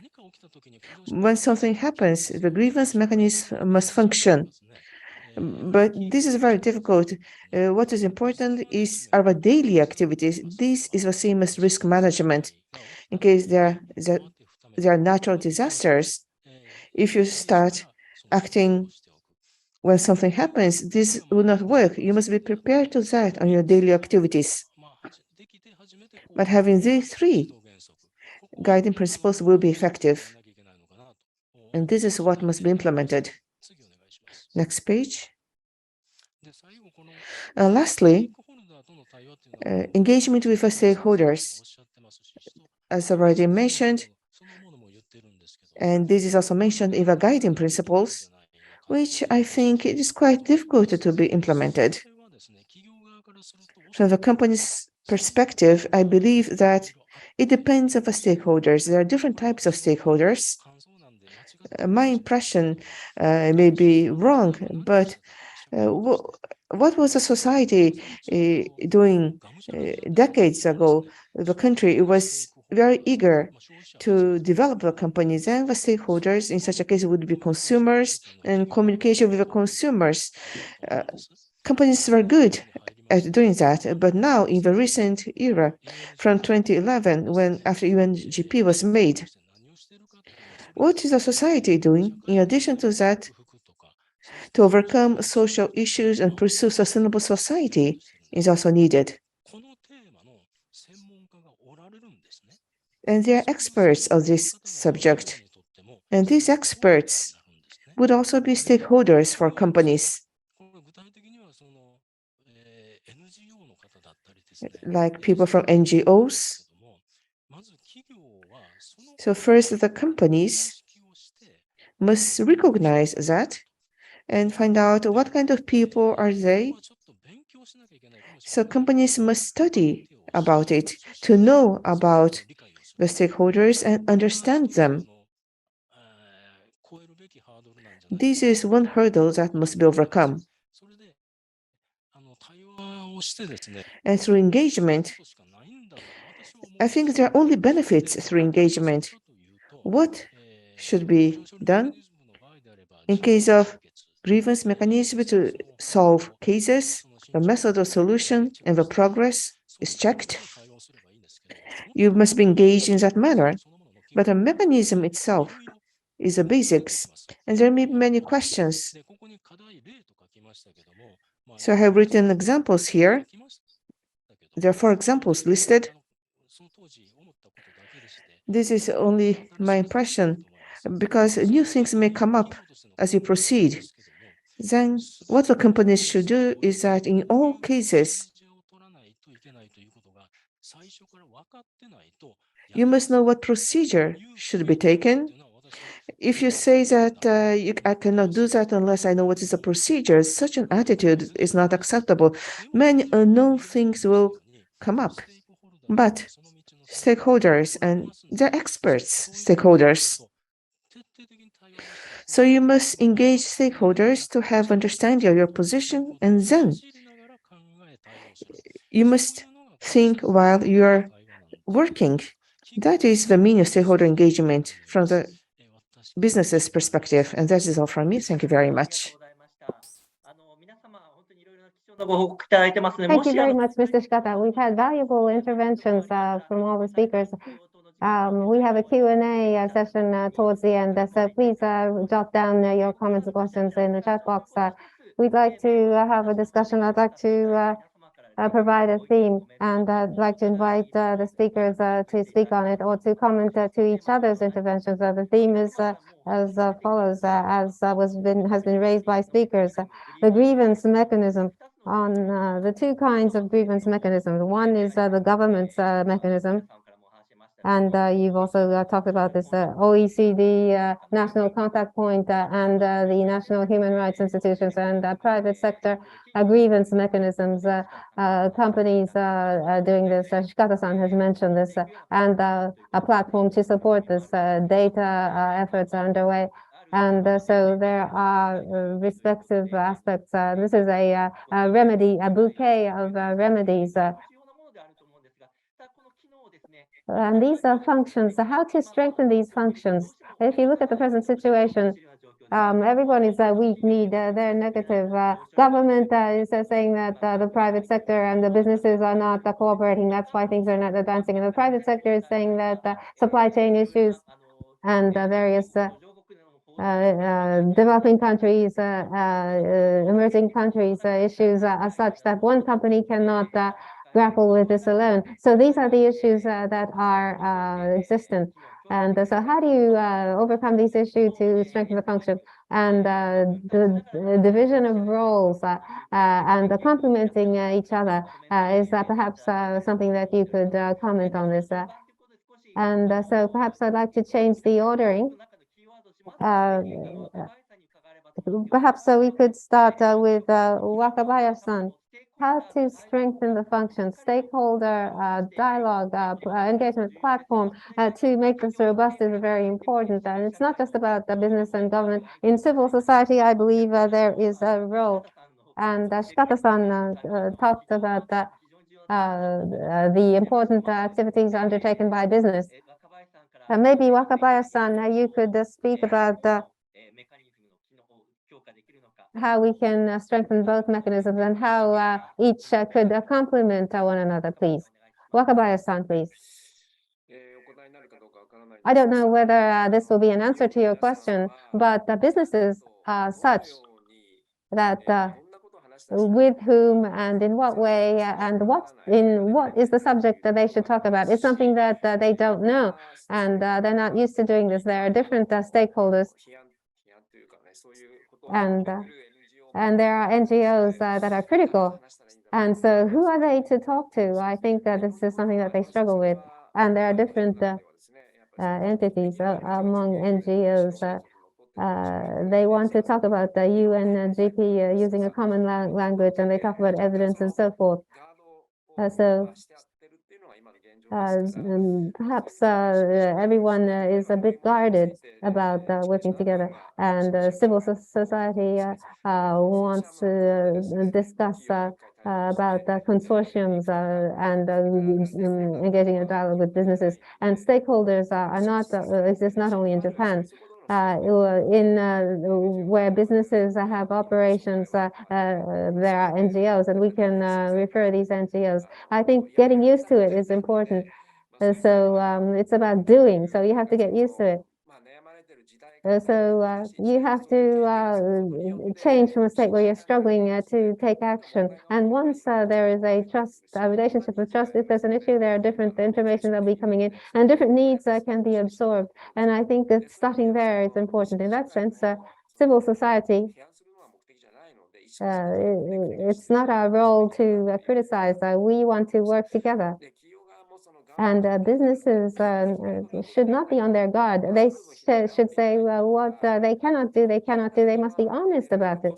But if they to do this, there's enough energy and there's a cost. And the society and civil society should understand this. We have to break down the barriers first to work together, to create the environment for working together. The three parties, government, business, the stakeholders, I believe should be talking together. I think there should be a forum established. For example, if wages are low, in spring offensive, there's a government between the three parties, and there's an environment there, and the companies find it easier to raise wages, and that will help the unions. So when it comes to business and human rights, business, government, and stakeholders, I believe that there should be an environment created to facilitate the dialogue. That is my answer for now. Thank you. Thank you very much, Wakabayashi-san. Wakabayashi-san talked about the government efforts to remove barriers for stakeholders engaging dialogue. Shikata-san, do you have a response to what Wakabayashi-san has said on the part of those helping grievance of companies? Could we hear your comments, please? Yes, thank you very much. Yes, I agree. In particular, in other regions, in the regional local companies, I should not say it's the same as me, but it is true that to whom they should talk to, they really don't know. If you try to do this by yourself, that happens. So I should not make any advertisings today, but I think JaCER has a stakeholder panel. So if you join JaCER, you can reduce your concerns and difficulties. To do this on your own, you don't know to whom you should talk to, you will not be able to reach an answer. One more thing is that who are the stakeholders? NGOs, experts. I believe that is what it means, but from the company's perspective, consumers are the stakeholders having the largest impact. In particular, B2C companies are always sensitive to the voices of consumers. So I think there must be more information provided to the consumers about business and human rights. And by doing so, we can create a good circulation. That is all from me. 次にですね、菅原さんにも伺いたいんですけど、 We'd like to ask Sugawara-san, in particular, private sector and government grievance mechanism guidance principles at 28, and the role of government is something that you have stressed. Government and private sector grievance mechanism. How do you evaluate this, and how do we make it so that both complement each other? Can you speak on this, please? Yes, thank you very much. The last slide that I have shown you before, grievance mechanism of a private sector. So there are different ways of engagement, but how to promote access to such grievance mechanisms, and what is the role of a government in doing that? Grievance mechanism, just like establishing the government's grievance mechanism, many countries are having difficulties in doing that. And among those, as I mentioned before, how to play the role of a bridge? Where are the gaps?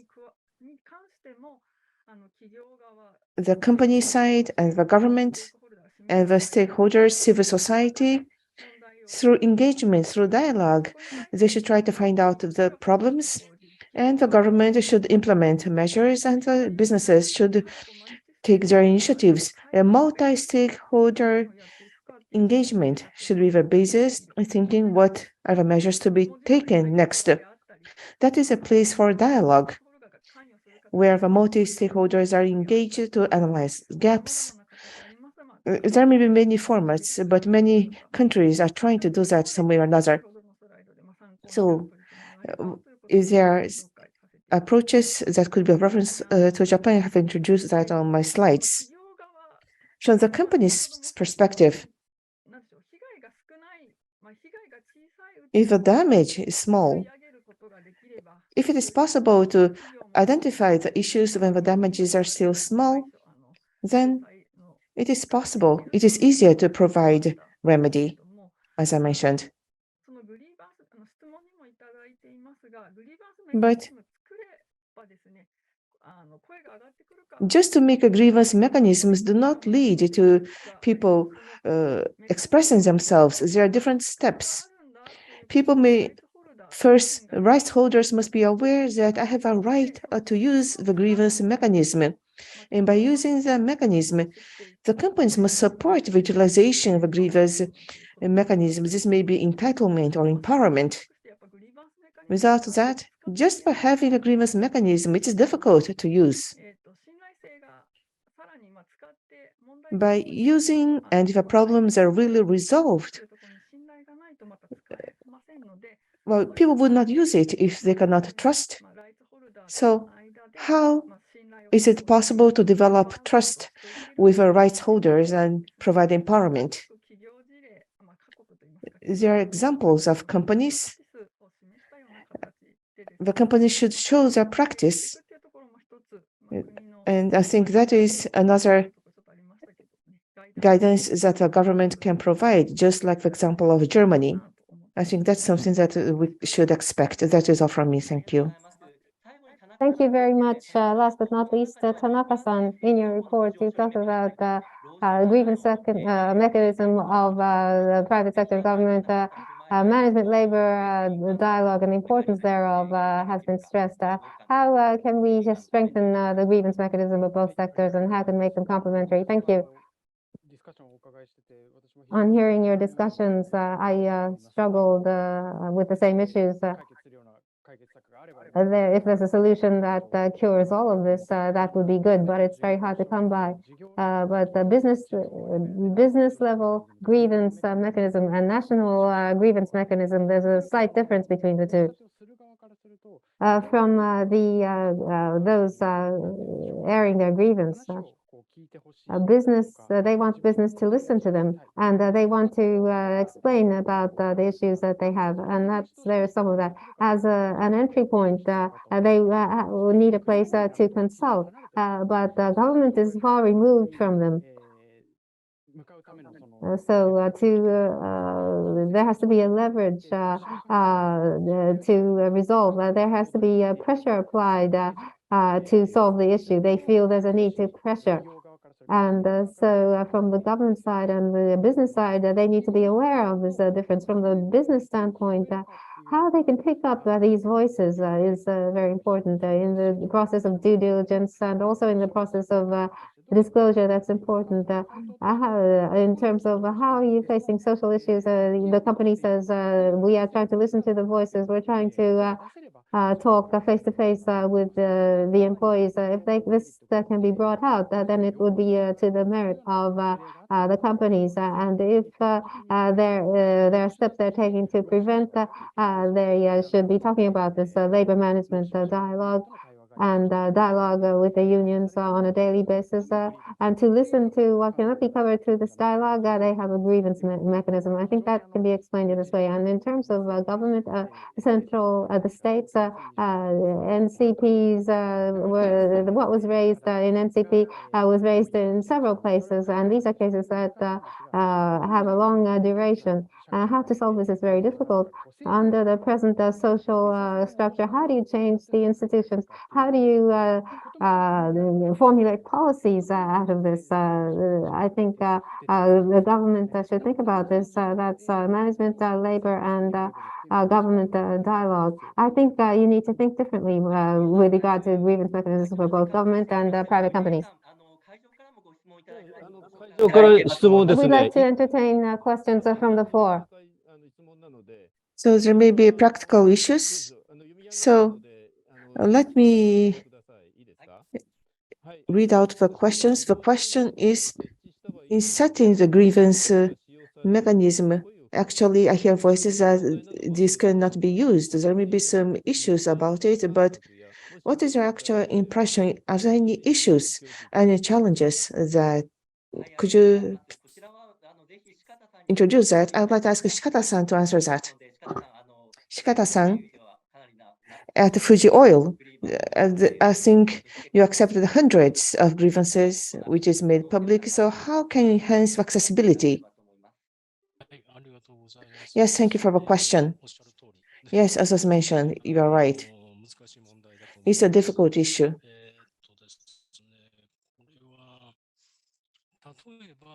Yes, for example, my impression, this may not be everything, but in particular for B2B, suppliers, workers want to file a claim about abuse of human rights. Maybe that is a company you have never heard about. Yes, I think there are often such cases. That is a matter of trust. If they are well-known companies, you may feel that you can trust, though this is sensitive information, you may consult with such a company, but that is not often the case. That may be one issue. So when I was working on this, I felt that with only one company, is it possible to reach a solution? It is quite difficult. So, for example, as I have said many times, an organization like JaCER, if there is a function of JaCER in the society, then you can consult about it. Then it may be easier to access. And in addition, that organization, if that organization is recognized by various public institutions, then the trust to that organization will be enhanced. Though it is sensitive information, people may be interested in consulting with that organization. So I think that is at the starting point. And to reach a solution, have engagement to reach a solution. We often talk about it, but there is a relationship of power between the seller and the buyer, which surfaces. In the guiding principles, the buyer is in a stronger position. That seems to be the assumption, but in reality, the seller may be stronger. If you don't want, you cannot buy from me. Such a relationship also happens. Then you cannot exercise your influence. But you can say it's not one company that is saying that. The Japanese industry is saying that. The Japanese society is saying that. If there's such a mechanism, then I think it is possible to resolve these concerns. And on this point, it's not that this covers everything, but an organization like JaCER is something that we could look forward to. That is all. Thank you.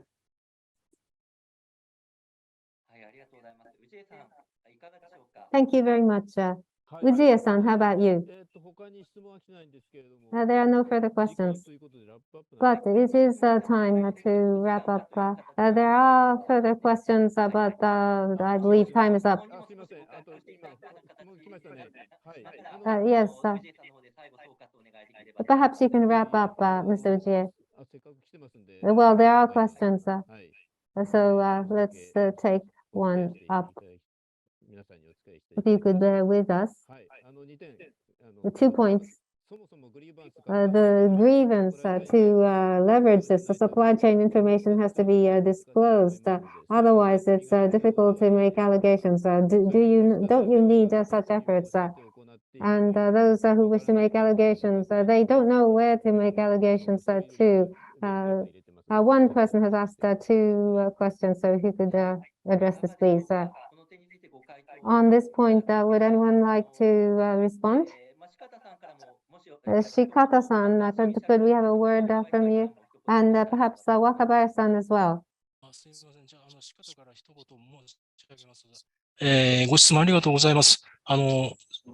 Yes, thank you for the question. Yes, you are right. From the company's perspective, one concern is that supply chain information of a supplier's list, to make that public. Some companies may be able to do so, but some others may not be able to make that information public. For example,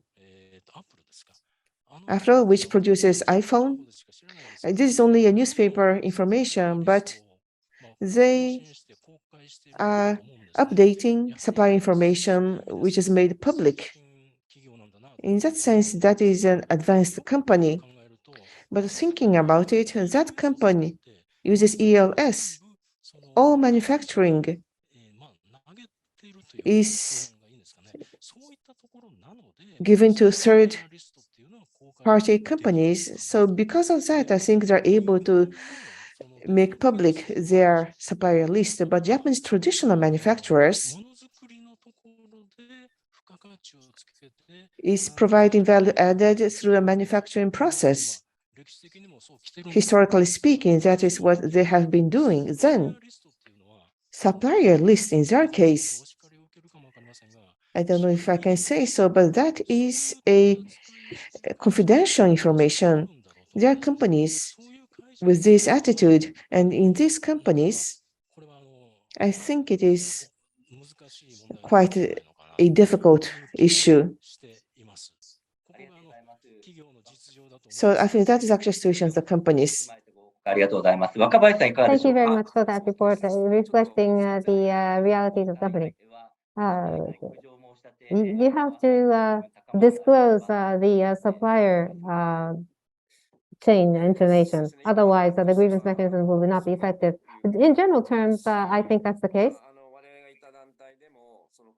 And in our organization, based on disclosed information, we can trace a whole lot of information from this. But for the general public, they don't know what to look at and where to search. The general flow should be that you disclose information about the entities that the company does business with, and what kind of potential human rights violations there are in the supply chain can be understood. So in general terms, I think that kind of information should be disclosed. I understand the concerns of Shikata-san, but in the future flow of things to disclose is something that will be required. And through this, the society will improve. And I think that's the point of our discussion. That is all. Thank you. Tanaka-san.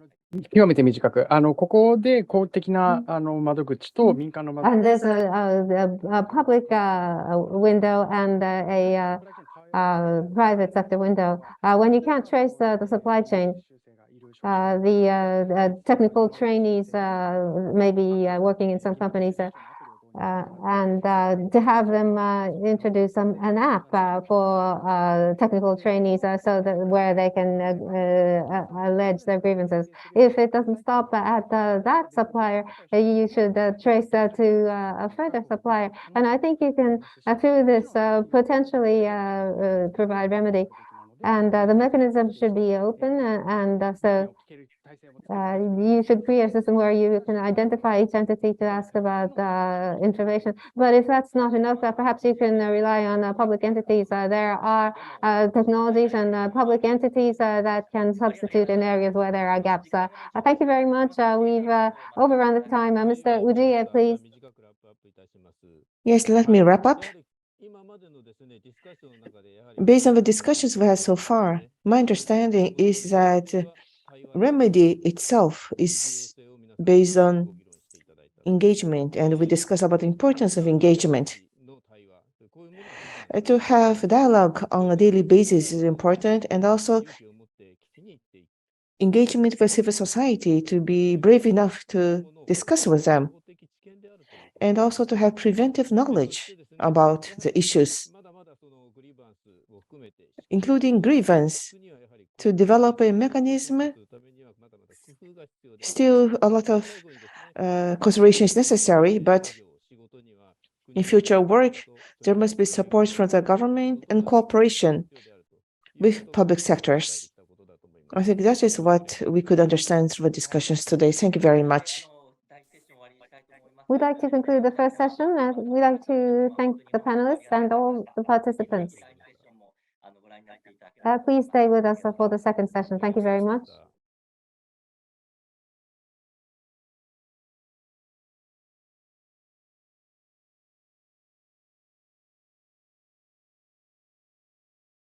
We'd like to start and resume the Engagement and Remedy Forum for Responsible Business Conduct 2022. And we'd like to start the second session, the current landscape and future challenges on responsible business and grievance. I'll be facilitating. My name is Ueda from SPF. And we'll be focusing on overseas efforts on business and human rights. This latest situation will be shared by experts, and how that feeds into JaCER and the grievance mechanism. We will be soliciting views from the panelists. And having done so, Representative Director of JaCER will be providing us with a response so as we can elucidate the future challenges. The panelists are asked to turn on their cameras. In order, I'd like to introduce very briefly the panelists. Professor Aisha Bidin is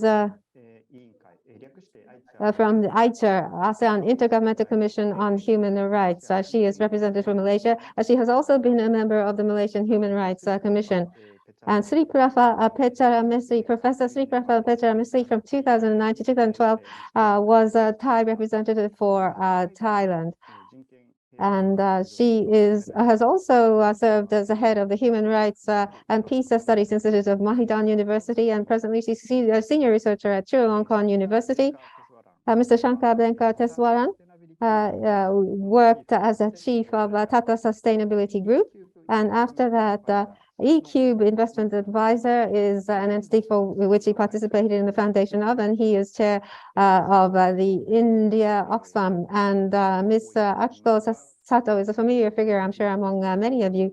Business and Human Resource Center Japan representative, an NGO Human Rights Deputy Secretary General, a position she served in, and presently UNDP Business and Human Rights Liaison Officer is what she is now. She is based in Bangkok.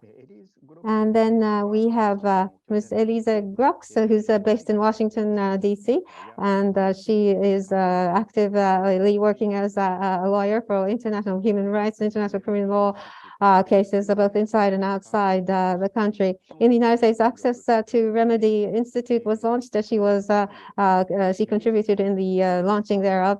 She is a mediation expert, grievance mechanism expert, and last but not least, Hidemi Tomita has headed the CSR division at Sony ever since its inception, and she served for 10 years. And presently, Tomita-san is representative director of LRQR Sustainable Company.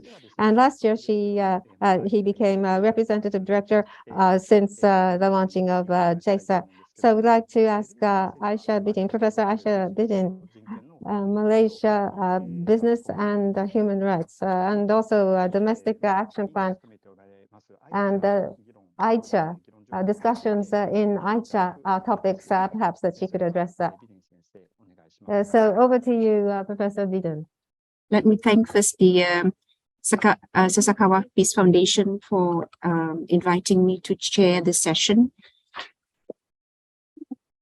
I would just like to begin with saying that according to the international human rights system, victims must have access to an effective remedy when their rights have been violated.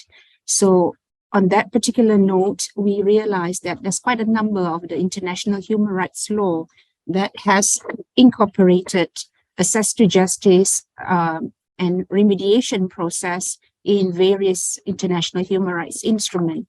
For instance, the UDHR, the ISK, CRPD, and so forth.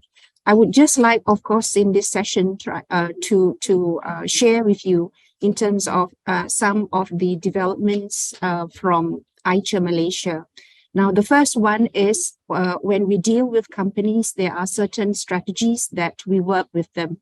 And this is the format that normally that I have adopted when dealing with companies. As to ensure how they engage on issues relating to business and human rights. First is the policy commitment. Number two is integrating findings and taking action.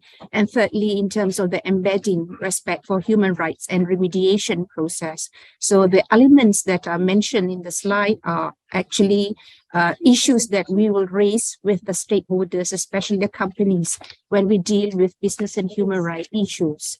The other aspect is I also observed that when JaCER was set up, it is a form of non-state, non-judicial based grievances mechanism. And this is the one that is very, very challenging as opposed to other forms of access to remedies. Also, I would like to highlight in terms of the cooperation or the collaboration of AICHA Malaysia with National Human Rights Institution.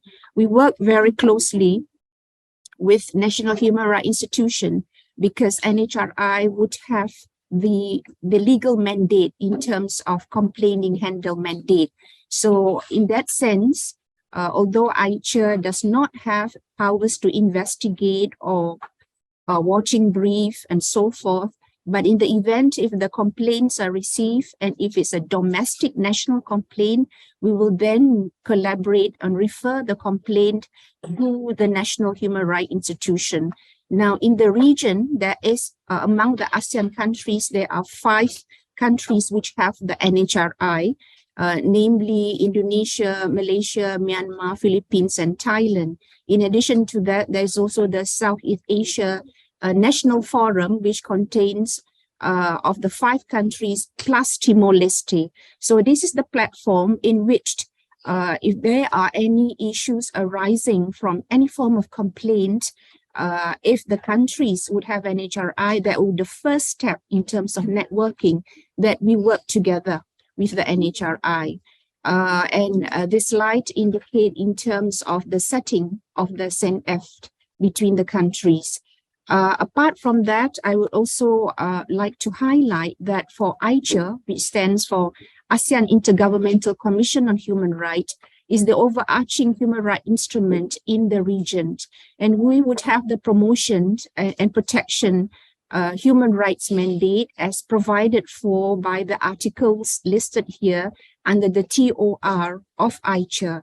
But of course, the main challenge would be the protection mandate, because we do not have any investigation power or conducting public inquiry or even enforcement power. And on that basis, that's the reason why it's very important for JaCER to work together with the National Human Rights Institution as well. Now, what is the status of the complaint received by JaCER?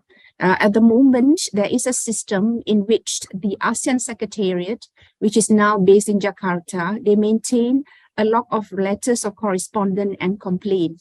From the year 2010 to November 2022, there are about 91 letters which contain various forms of complaints from different countries towards against ASEAN member state. ASEAN member state referring to the 10 ASEAN members. And from last year itself, the year 2022, we received 13 letters of complaint. When we mention letters, it refers to the allegation of the complaints put forward by the parties.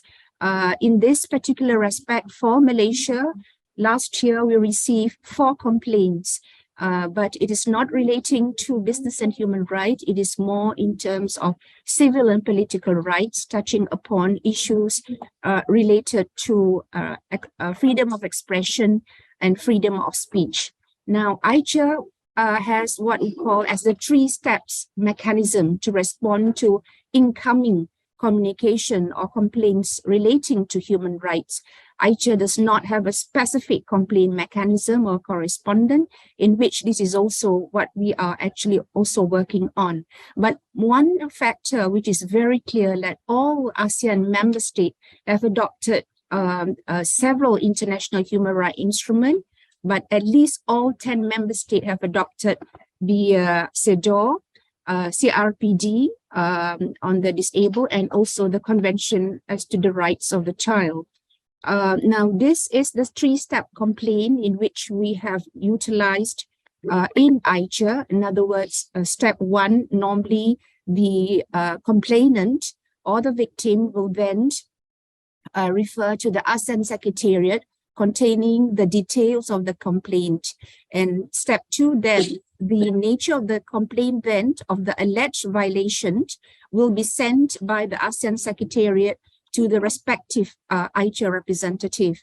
Step 3 will definitely then be the initiative that will be taken by the JaCER representative as to how they will decide to respond in consultation with the stakeholder. Now, step 3 is a very important part, because this is the situation that will depend again on each ASEAN member state to react with the problem. Now, if it's a national issue, let's say for JaCER Malaysia that deals with a complainant against a situation in Malaysia, what normally will we do is that we will work with the National Human Rights Institution. Now, if it's a complaint against a situation alleged to be violated by a Malaysian, in another ASEAN member state. For instance, one of the complaints we received last year is on the issue of trafficking, in which a mother lodged a complaint against the situation where the son is held to be detained in Cambodia. So what my office has done is that we communicate with the JaCER representative from Cambodia, because they would have the network there. So that is how actually JaCER work. This is just one example. I also like to share with you some of the initiative by the Malaysian government in terms of environment, in which I think the latest development is that there is a growing need for greater public participation on environmental issue, because in a situation of environmental violation, one of the concern is that in terms of the participation of the civil society.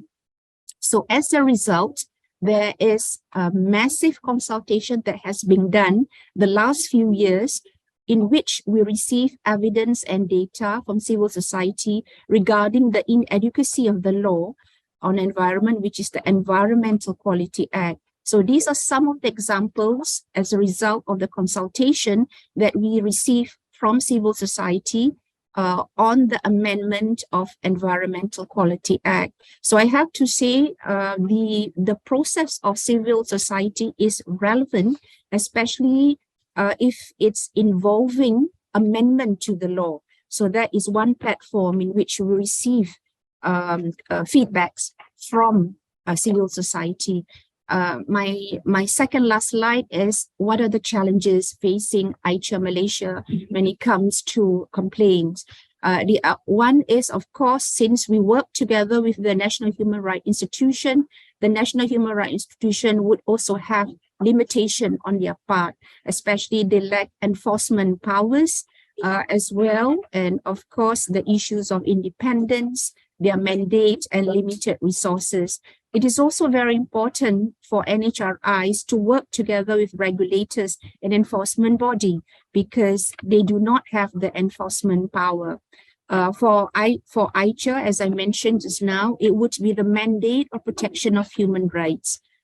This is my last slide. Now, how do we go forward in looking at the issues of access to remedy for JaCER? Number one is very important to continue to advocate on training and education and awareness, because this is the part in which I think we would be able to gather the trust and strong relationship with the stakeholders. Now, who are our stakeholders? The stakeholders would also consist of the state, the judiciary, the civil societies, the regulators. That's also very important. The next one is, of course, working together and continue to work with NHRI. Another important aspect is the role of the National Action Plan for Business and Human Rights, in which I think in Malaysia at the moment, we are in the process of conducting our national baseline assessment. And one of the main components, of course, is the third pillar. It is also very important in advancing the process of remedies in terms of the role of professional bodies. And for this, I have to say the Bar Council of Malaysia has done a tremendous job in supporting and complementing platforms in terms of access to remedies initiative. We are also in the task of course, to continue to encourage business to establish complaint mechanism. It's never easy, but I think with the trust and sustainability, I think this is also something that will get there as well. JaCER is also in the process of formulating JaCER guidelines on the correspondence and the review of the terms of JaCER, which also might take some time. It is also very important for JaCER to work with other ASEAN sectorial bodies. ASEAN sectorial bodies meaning like the ASEAN Committee on Women, on Children, ASEAN Committee on Migrant Workers, and so forth. It is also of equally importance in terms of communicating and sharing of information with other mechanisms, especially the enforcement body and the regulatory bodies. Now, as far as grievances mechanism in the ASEAN region, there are issues on cross-border, extraterritorial border when you talk about environmental issues and also on labor issues. So in other words, one strategy is to strategize what are the potential platform in resolving cross-border issue. And for that, I thank you very much for your attention. はい、ビティン先生、ありがとうございました。先ほどはちょっと技術上のトラブルが起こりまして、大変失礼いたしました。ビティン先生からは、JaCERのグリーバンスに。Thank you very much. I apologize for the technical troubles. We have heard about the situation of JaCER in her country. Next, Dr. Peter Ramsey would like to have your report on the situation in Thailand and NAP in Thailand. Thank you. Thank you, Hirosan. And I would like to thank Sasakawa Foundation for having me here as well. I'll be touching upon all three issues. One is about how much companies are fulfilling their, business responsibility. The second one is about what grievance mechanism exists in Thailand. Is there any echo?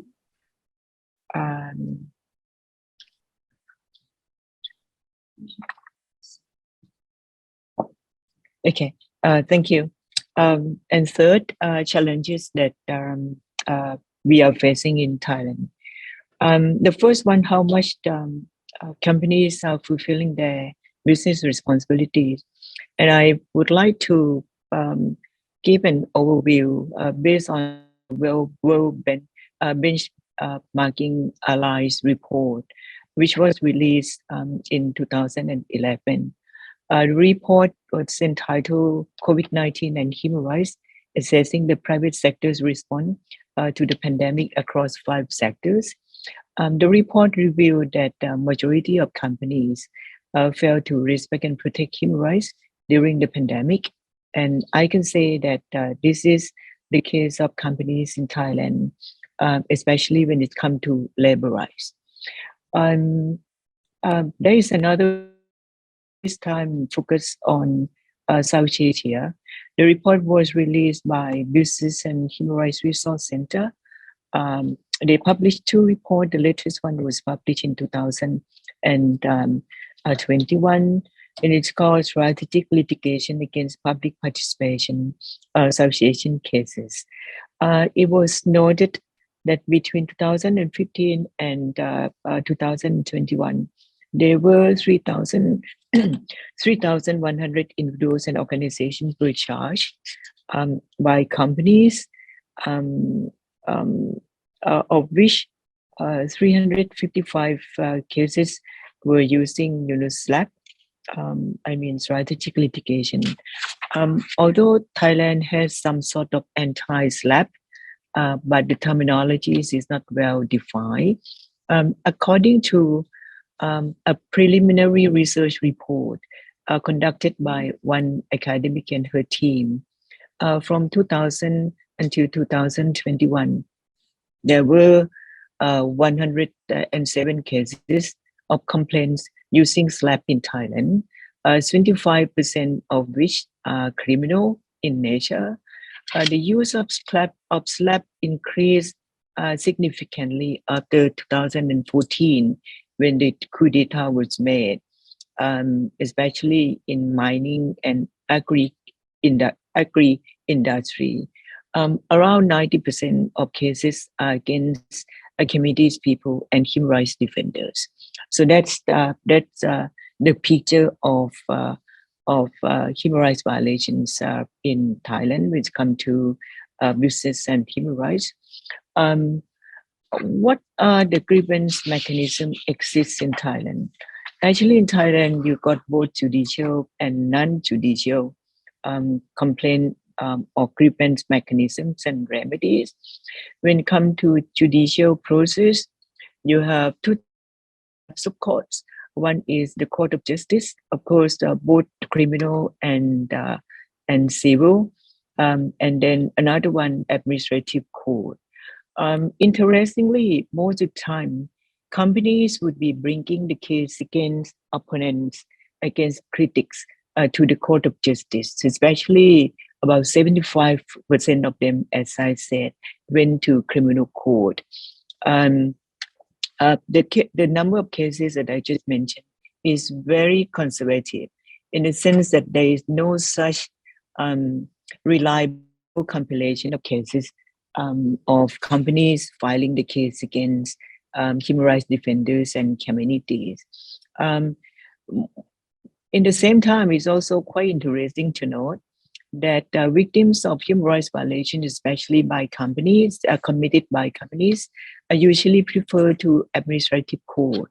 So you have a large number of cases at administrative court filed by workers, human rights activists, human rights defenders, and communities, including against company. So that is judicial process.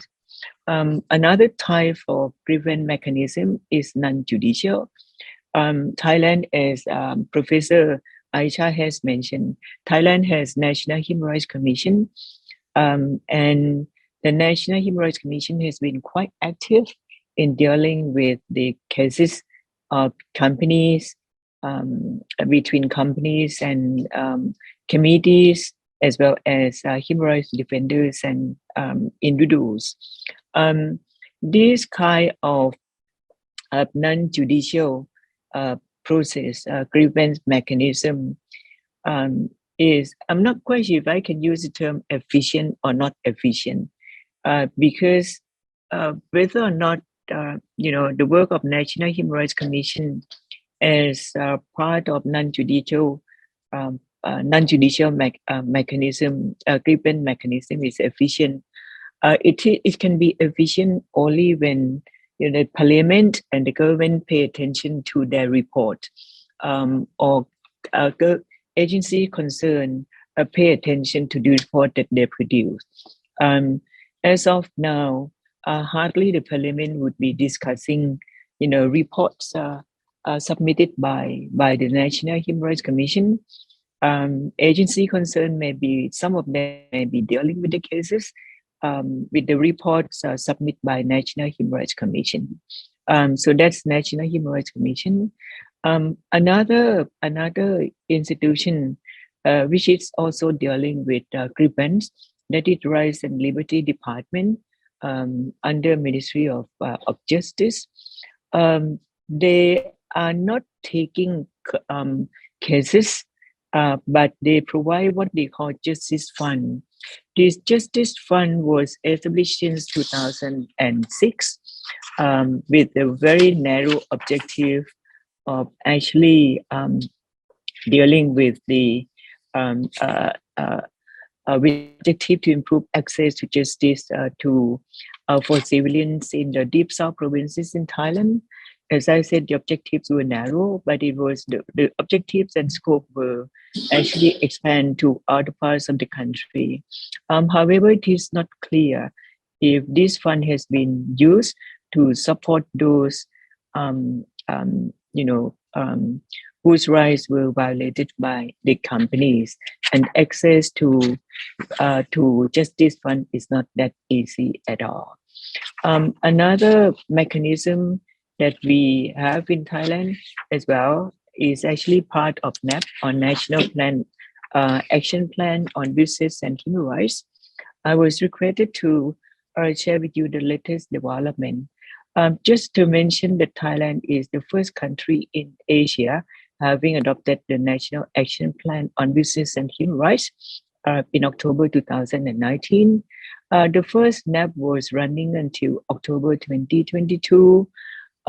By May 2022, the Rights and Liberty Department, Ministry of Justice, published a draft NAP 2, the second NAP, and it was said that the public consultations on the draft were held between August and October 2020. The NAP is now ready for adoption by the cabinet. As you know, that we are currently having the interim cabinet because of the dissolution of the parliament just last Monday. So I'm not sure if The second NAP would be adopted soon by interim government, or we have to wait until after elections. NAP 1 was criticized by civil society groups due to their shortcomings, and these shortcomings tell you something about grievance mechanism as well. The first critics against NAP is actually NAP lack of legally binding forces, I think, which is quite common of NAP around the globe. The second one, which I fully agree with them, is that indicators included in the NAP for the implementation of NAP were mostly actually quantitative, which are not enabling an analysis whether or not NAP proposed or prescribed measures could be leading to a change of behavior of companies and state actors. The third shortcoming or challenge is actually state agencies do not have capacity in human rights, or their awareness of human rights is quite low. And I can say that this is the case.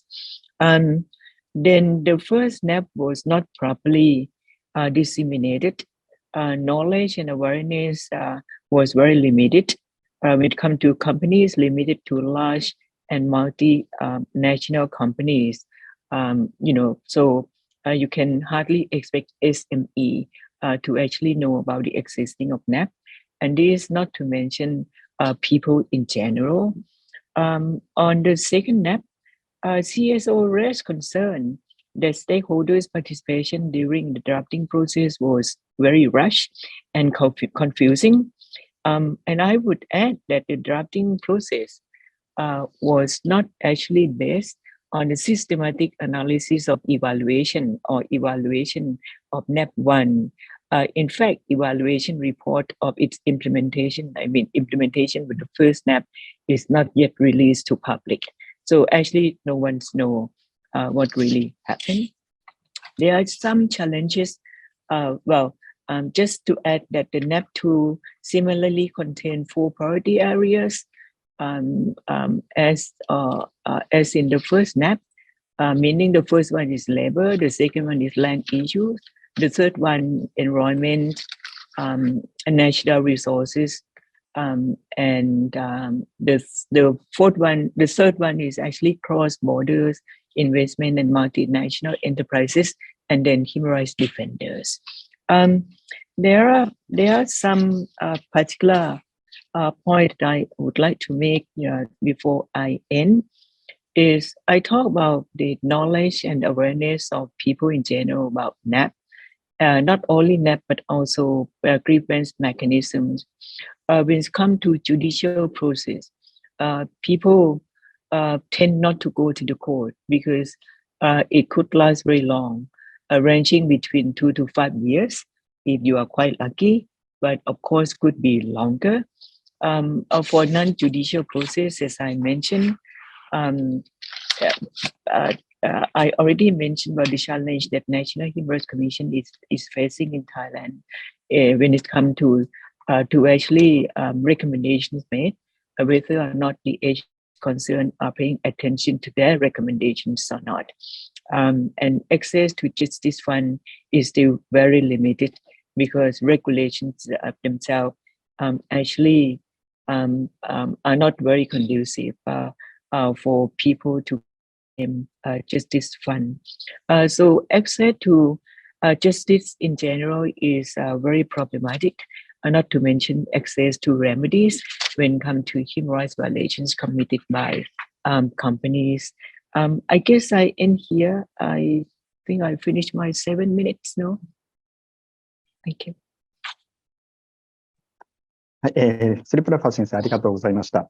ご存知の方も多いと思いますけども、ビジネスと人権に関しては、タイは、Concerning business and human rights, the country is really state of the art, most advanced. The NAP 2 will be shortly announced. Last year, Bangkok saw a UN international conference being held, and rather than the NAP, some people have asked for human rights due diligence. I think you are really ahead in this effort. We'd like to have Mr. Ben Kateswaram address the guidelines in India. And Assam tea will be addressed by the speaker. So over to you, sir. Thank you. Thank you, Aki-san. And my thanks to Sasakawa Peace Foundation for inviting me to speak today. What I'm going to try and do in the few minutes that I have is talk you through 2 or 3 points. One is on the how India has been progressing on the responsible business conduct agenda, something on the NAP, where that is, some reflections on the field, specifically with respect to the tea sector in Assam, and if there is time, just a brief mention of some of the non-judicial grievance redressal mechanisms in place and how they are working. So let me start with the responsible business agenda, because this is very central even to the way we look at business and human rights in India. So this is a sort of a brief timeline. And as you can see, right into 2011, there was a lot of work done on creating a set of guidelines on what constitutes responsible business conduct in India. This is done by the Ministry of Corporate Affairs, which is the regulator for companies in India. And this was released in 2011, just around the time when the UNGPs were being released. So we did incorporate some of the elements of the UNGPs in this, but that was a very important step, because that then resulted in although this was a voluntary guideline, as you can see, what started to happen was disclosures started to get mandated. So the stock exchange regulator mandated disclosures against these guidelines, first for the top 100 listed companies in 2012, in 2015, increased that to the top 500 and so on. And in 2018, we reviewed the NBGs and we created something called the National Guidelines for Responsible Business Conduct, which was released finally in 2019. And at the same time, the disclosures got mandated for the top 1,000 listed companies. So that's the status right now. So we have a set of guidelines, but which is in a sense voluntary, but disclosures are mandatory if you're a listed company. And it's a very stringent requirement, because you can be delisted from the stock exchange if you do not comply with the reporting requirements. The National Guidelines for Responsible Business Conduct in itself consists of 9 principles. So these are the 9 principles. I'm not going to take you through each one of them, but they cover different stakeholders and different processes. So it's a combination of processes and stakeholders. And principle 5 is on human rights. And this is a sort of an attempt at trying to say that this is central to the way you look at responsible business. So you not only need to look at stakeholders and issues like environment and communities, but human rights is very central. And one of the things about the national guidelines was that it attempted to align both the global and national issues. So in a sense, what the government was saying was that we need to contextualize responsible business in the Indian context, but we need to make sure that it's aligned with all the global agendas. So UNGPs, SDGs, Paris Agreement by that time had happened. So all of them were aligned, as well as changes that happened within the country. We had a new Companies Act that came into being in 2013. So there was an attempt to align all of these together in the NGRBC. Human rights was a cross-cutting theme across. So although Principle 5 focused on the role that the boards must play in human rights in terms of awareness, policies, procedures, and conducting due diligence, human rights was a constant theme right across all the principles. And there was also, in all the principles, a need for the setting up of a grievance redressal mechanism. And as I said, the top 1,000 listed companies are now mandated to disclose on all the principles, including Principle 5 on human rights. And one of the disclosures across all the principles is how they are doing in terms of grievance redressal. So how many complaints have been received, how many have been dealt with, and something on the processes. So there's a quantitative as well as a qualitative requirement in terms of disclosures, which has happened, which is quite interesting to sort of note. Now, let me talk about the NAP itself. So the way the NAP is structured in India, and it's still a draft document, it's not in the public domain. I just happened to be part of an advisory committee that was helping put this together.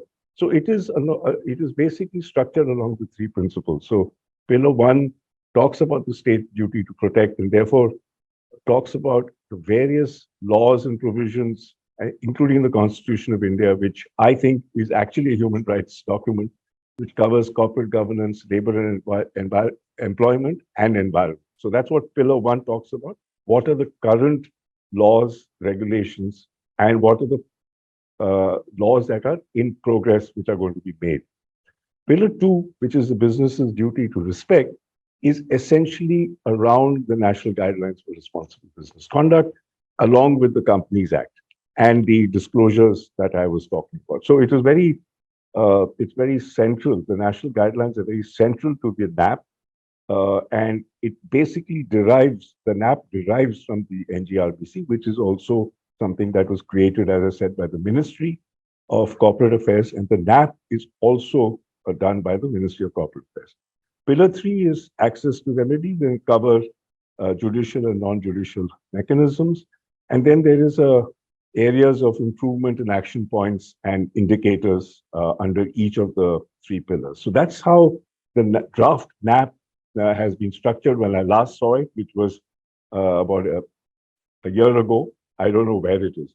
So just to give you a sense of the process, for a long time, there was a sort of a volleyball game between the Ministry of Corporate Affairs and the Ministry of External Affairs as to who is going to take a lead when it comes to the NAP. Finally, the Ministry of Corporate Affairs took the lead and started anchoring it in 2018-19, released a zero draft in 2018, and sought comments. The zero draft was just essentially overview of the legal and policy framework, nothing beyond that. So two committees were formed. One was a steering committee, which was an interministerial committee. And then there was an advisory committee, which included external experts, which included stakeholders, so companies, a representative from civil society, trade unions, academics who work on different kinds of issues. So those two committees were formed to inform the NAP process. And then, of course, a lot of meetings started to happen, and COVID unfortunately came in, so that delayed the process. But we still continue to build on that. And finally, the draft NAP, as I said, is ready, but we don't know when it's going to be released. Some of us are thinking that we need to put pressure on the government, saying G20 this year, India is the president of the G20. So can we use that as an opportunity to have the NAP released? So fingers crossed on that.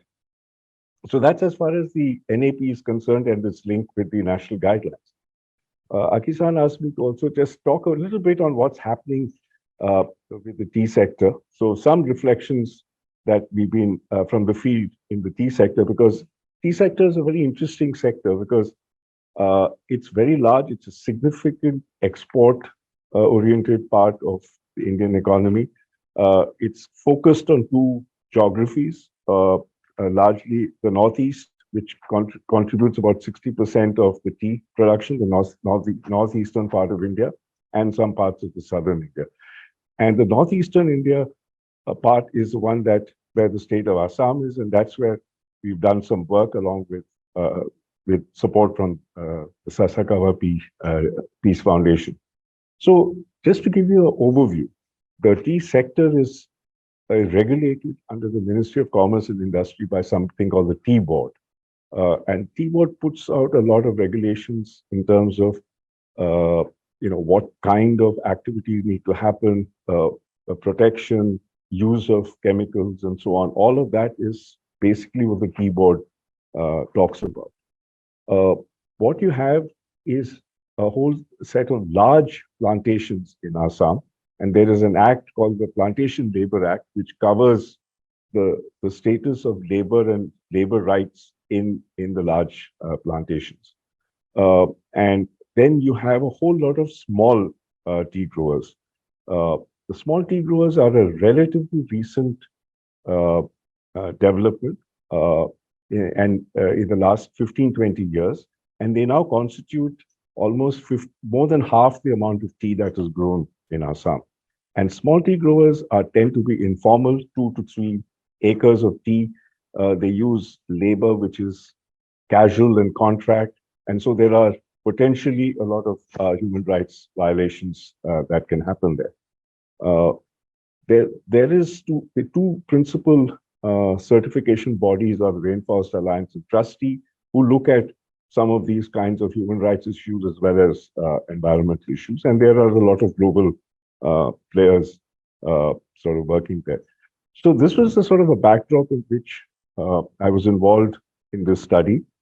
And some of the areas that have come into focus one is, of course, the wages and conditions of work. This has been a huge issue. There are lots of human rights complications that happen in terms of the conditions of work and wages. In fact, even in terms of arrangements for staying and families and so on.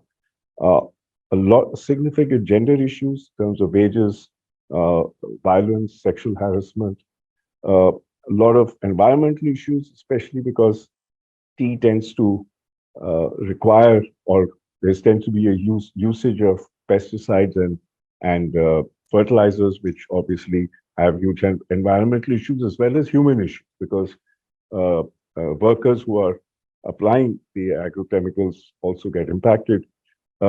And there are grievance redressal mechanisms, but they're often not fully functional.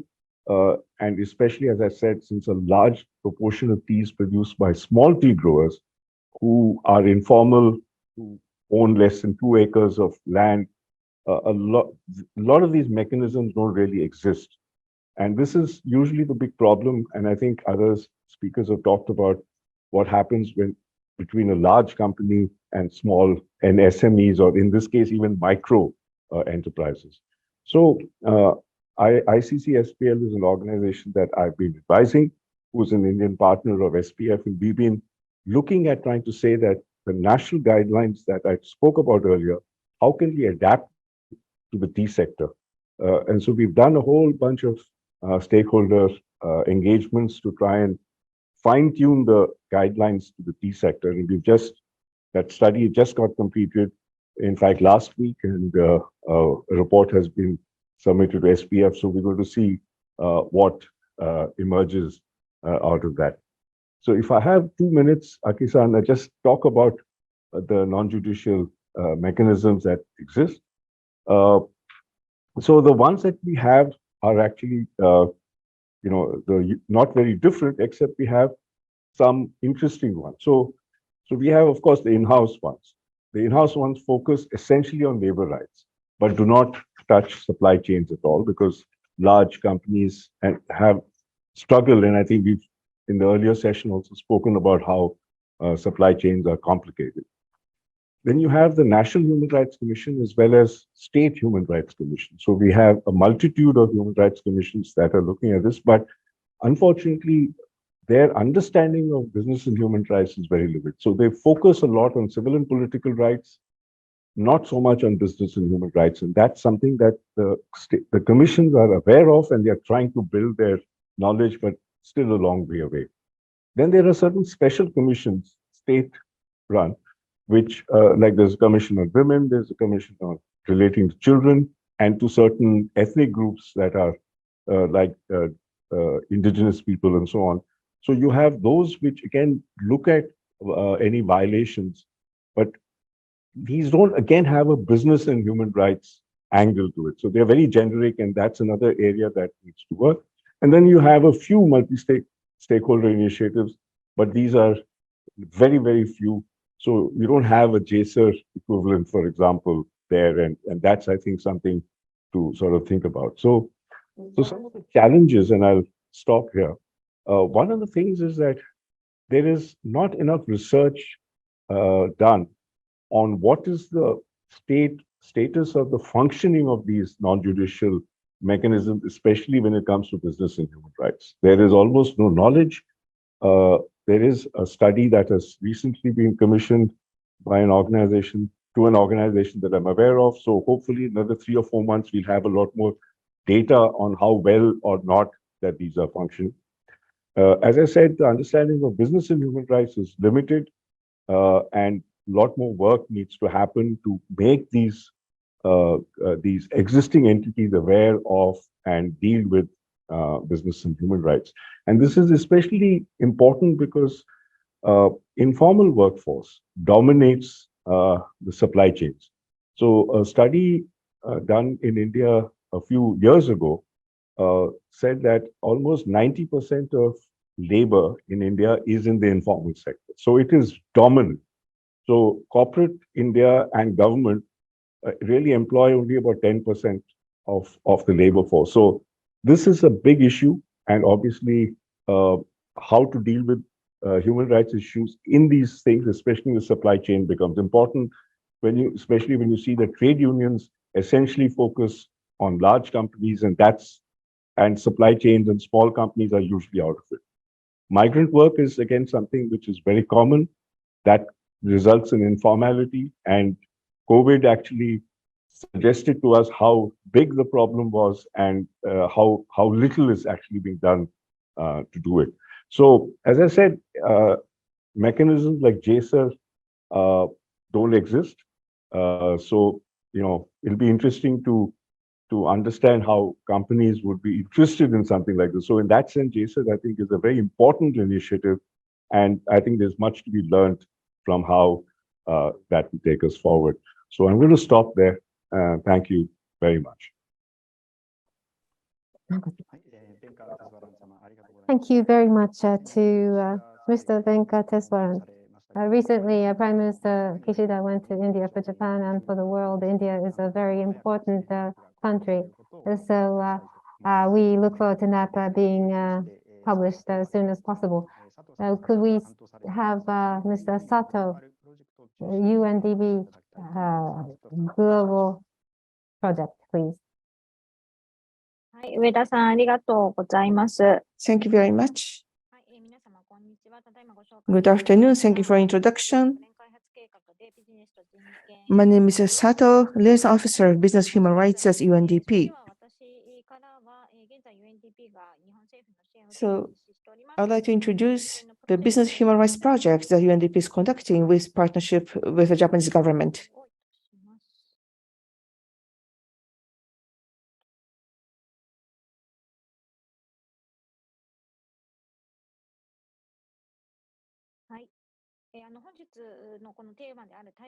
The theme today, engagement and remedy, introducing this project, the human rights due diligence, how to conduct that. I'd like to introduce UNDP's approaches to that. You can see here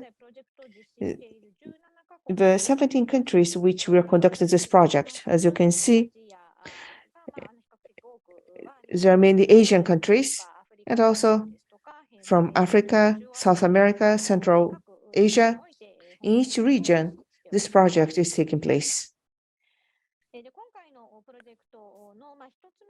And one purpose of the project is to strengthen the capacity building of human rights in the companies. Human rights due diligence awareness among Japanese companies and practice is advancing, but on the other hand, as was discussed in the first session today, still awareness about this approach and approach at the supply chain as a whole, there is still a gap.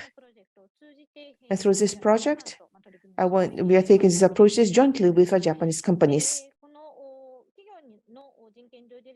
human rights due diligence of companies and providing support. UNDP, there is a UNDP Business and Human Rights Academy. There are 3 steps in the academy. One is for Japanese company suppliers and partners to secure obedience to the human rights standards through throughout the value chain, and a competency assessment service done among over 17 countries. There are issues depending on the country, but Japanese companies and the suppliers, industry, or human rights issues by country can be provided to provide a more effective human rights due diligence among the companies. And based on this, as the next step is actually training of human rights due diligence. Your first context assessment was conducted in the 17 countries excluding Japan, but human rights due diligence training and number 3 step, guidance session, is provided also in Japan. And number 2, the second step, human rights due diligence training. I'd like to introduce the contents later. And for 2 days, there are participants from a variety of companies to learn about the guiding principles and the basics of human rights due diligence. What actions are expected by the companies under the guidance is studied through the workshop. Number 3, individual guidance session. For the companies that ask for that, the concerns and challenges for due diligence, details are shared, and experts, there is a private discussion, private guidance with the experts. Step 2, human rights due diligence training covers a relatively general subject on business and human rights. And the third session, individual guidance session, it depends on the progress of each individual company and also depends on the industry.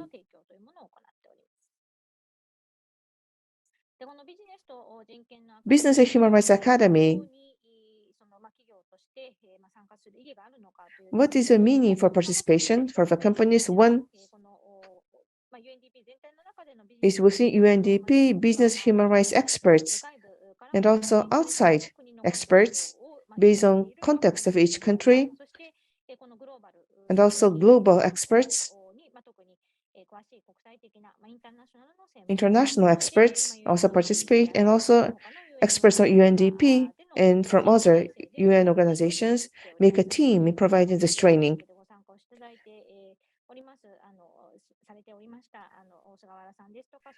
Ms. Sugawara and Mr. Tanaka, who was participating in session 1, are also experts providing support for the training. And also there is an order-made training curriculum in accordance with the issues faced by each country.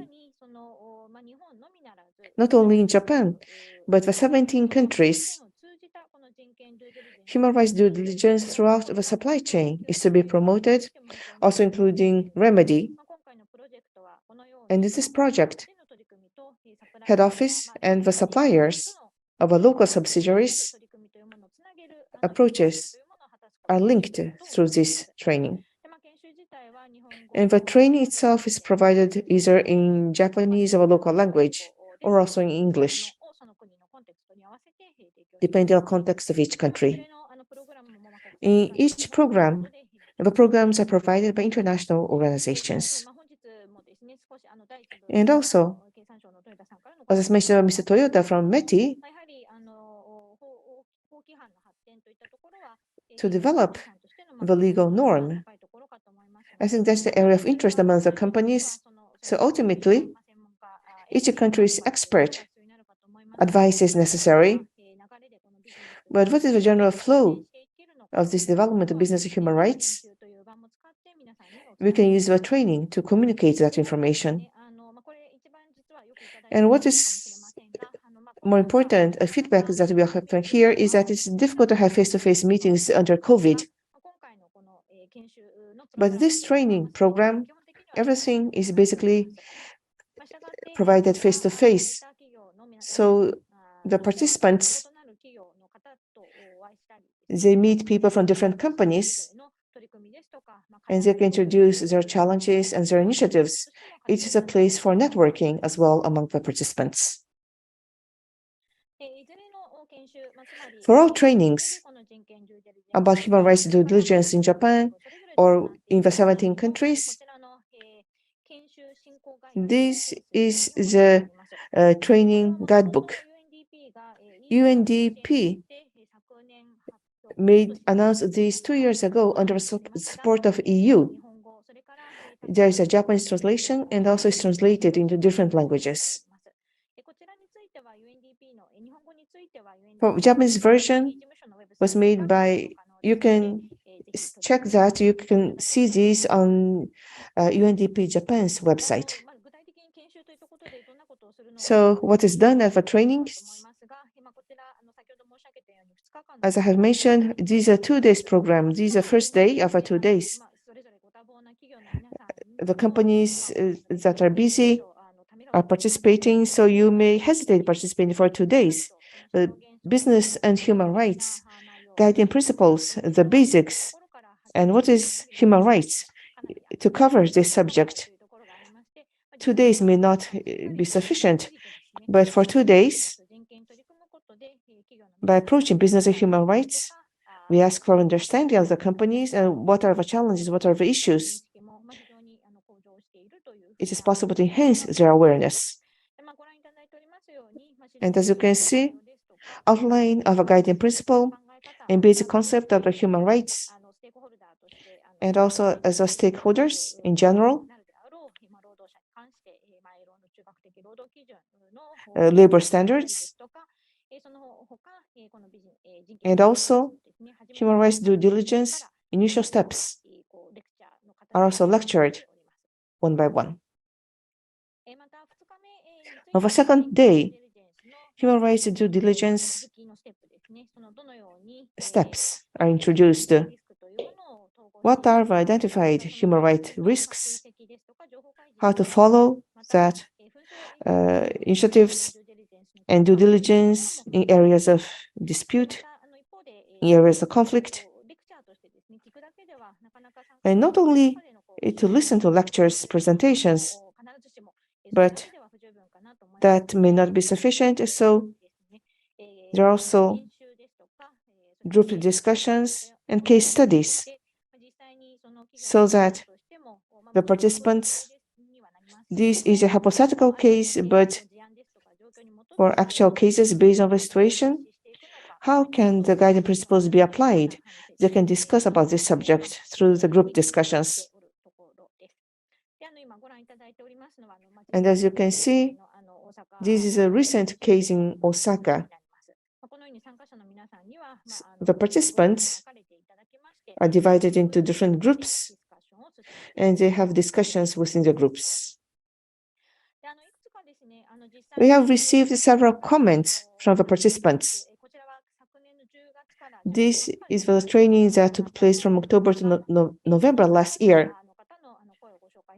So these are voices from the participants. The highlighted part says that by conducting human rights due diligence, how can that be linked to remedies? There's a whole process. So I think we could learn a lot from the voices of the participants as well. Human rights due diligence, not only what is happening, but potential risks must also be considered.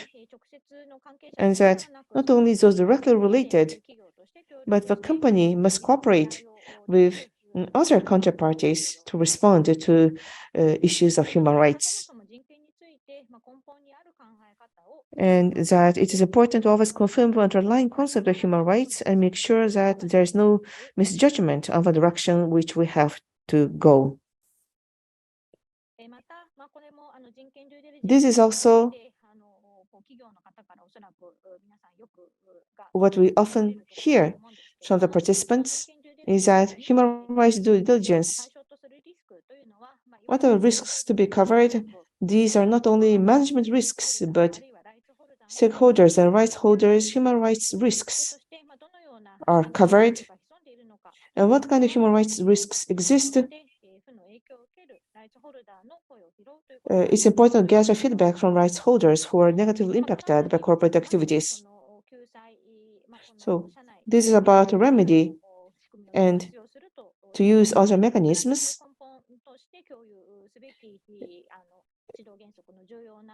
This is an important factor of the guiding principles that must be shared.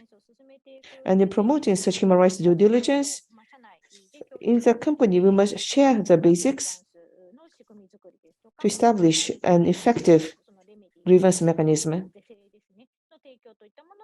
and provide remedy based on that. And as others, I understand the trend of human rights due diligence, but what should be considered actually practicing could be learned. And also, rights holders should take the initiative in deciding whether or not there are human rights risks. These are some other voices that we have received. And of course, what we're doing at UNDP, that's not the only thing that we are doing, and there are other approaches already been taken. And it's important to collaborate with the global society. And I myself participated in this project.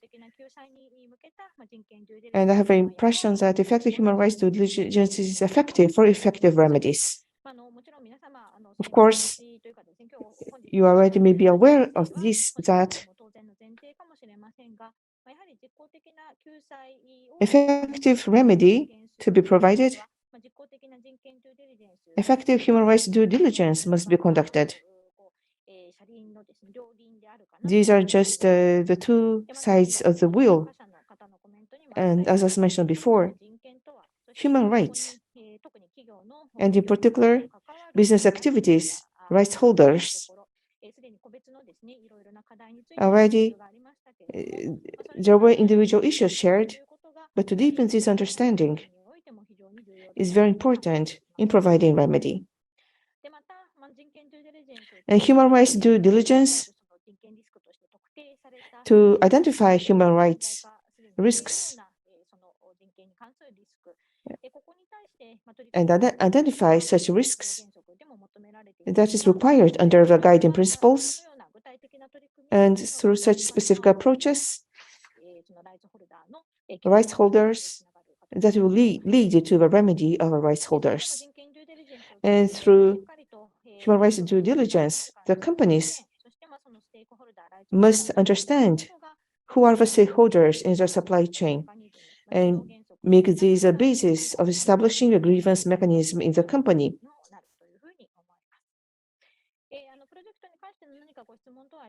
If there are any questions about the project, please feel free to contact me.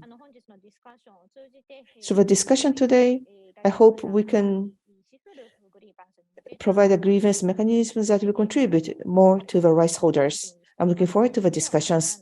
This concludes my presentation. Thank you very much. Thank you very much, Ms. Sato. This project is such that it's subsidized by the Japanese government. It's a very significant and meaningful project. So if you could continue for the next several years with this project, we would be most gratified. I have to apologize. Time is up. We had some technical glitch in the beginning, so perhaps we could extend the program by 15 minutes. We hope that you will agree to this. From Ms. Brooks, Access to Remedy Institute, which is scheduled to be launched in the United States, will be explained. So over to you, Ms. Brooks. Can you hear me now? Because you closed. Yes, you can hear me. Good. Okay.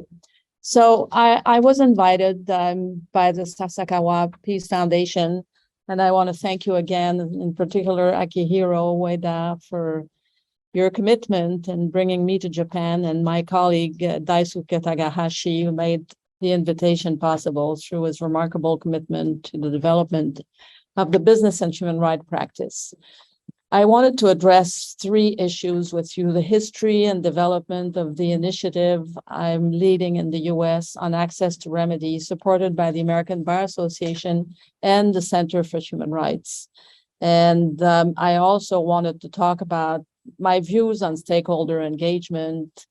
And if time permits, I would have liked to review a few cases with you. And I wanted to talk about mediation and alternative dispute resolution. Again, if time permits. So the Access to Remedy Institute is an initiative that was started, that was reflected upon in December 2014, when I'd been asked by a mining company to review their process in access to remedy. And I saw a company that was trying to do the right thing, but it had started on the wrong foot, and they alienated all the stakeholders. And they ended up presenting a report on the review of access to remedy to the UN Council in December 2014. And I worked with the stakeholders, and I worked with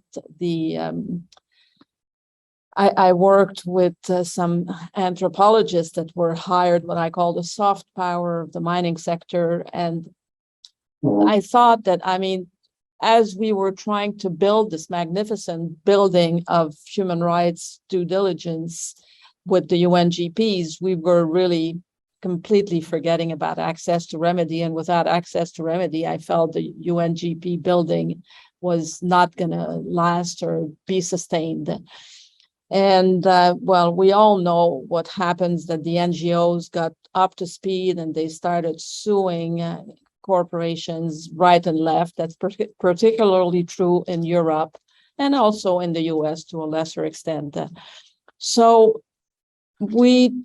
I developed this institute with, in particular, Martijn Scheltema of the Netherlands, who's a constitutional lawyer who's been litigating cases before the Supreme Court.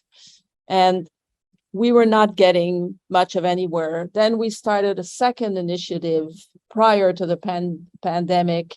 And it was starting to move, and then the pandemic hit. And then we reconvened the third initiative, which started in March 2020. And this one, I think, is finally going somewhere.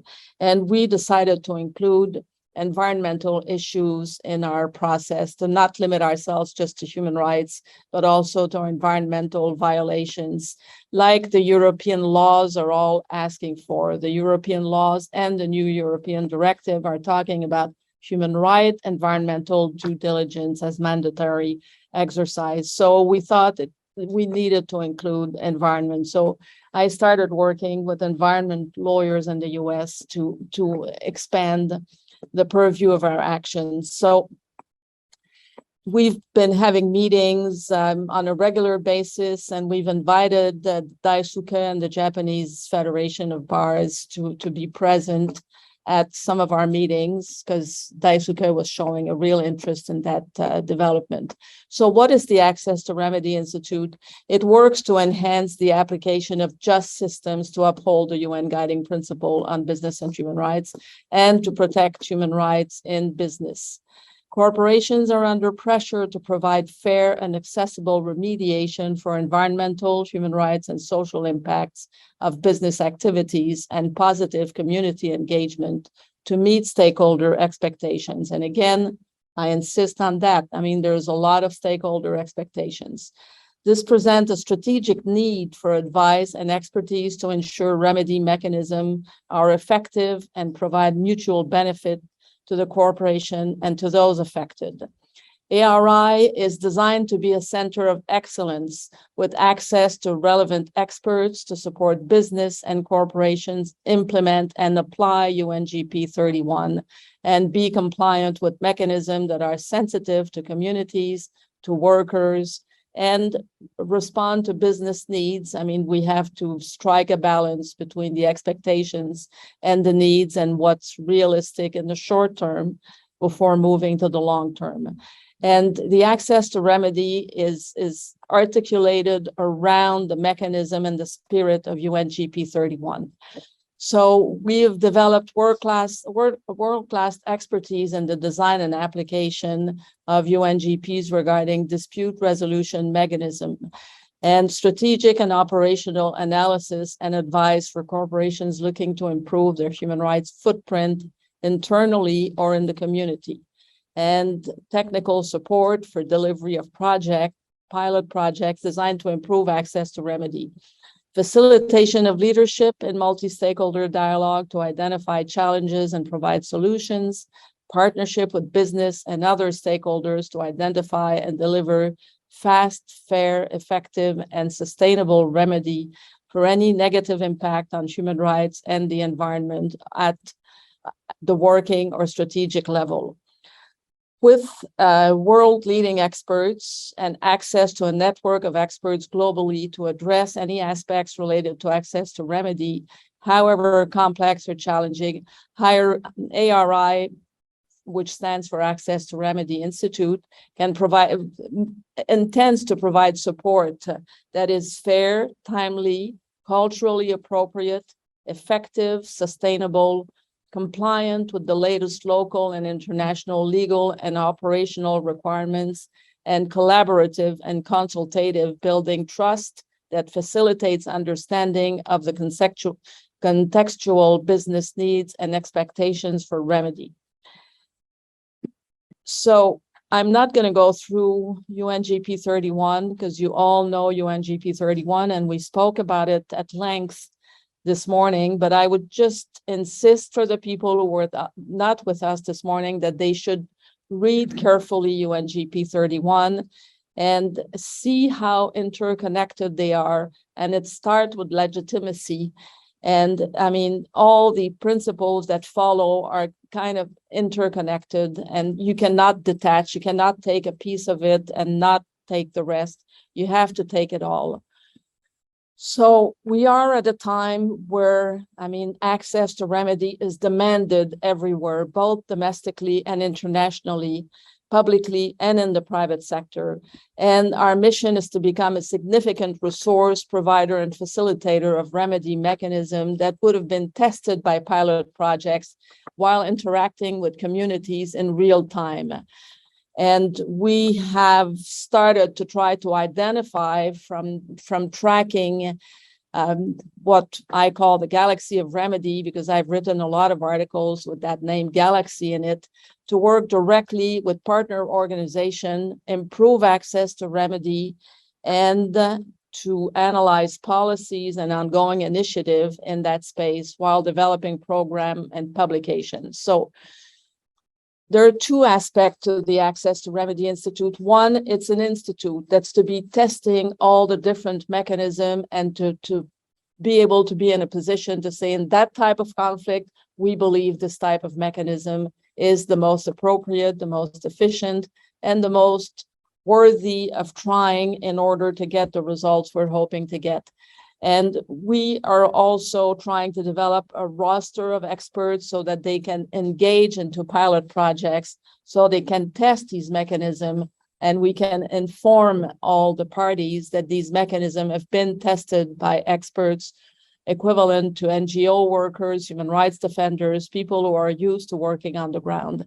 We have undertaken back in 2020 a study of all the mechanisms that exist in the world internationally on access to remedy, and we hope to have this report ready by the end of this trimester that's starting on April 1st. So sometime in June, we hope to be able to share that report with people. And we are trying to track and assess the state of remedy across the globe to become kind of a clearinghouse for the latest article, best good practices, important development in that space.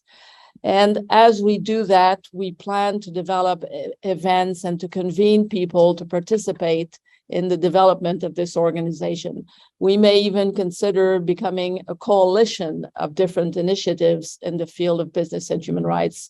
This decision has not been made yet, but we certainly mean to encourage people to look at alternative dispute resolution mechanism. And I used to say, and I still want to believe, that this is a project by the legal profession, for the legal profession, in order to change the mindset of lawyers that only litigation is worthy of applying to conflicts.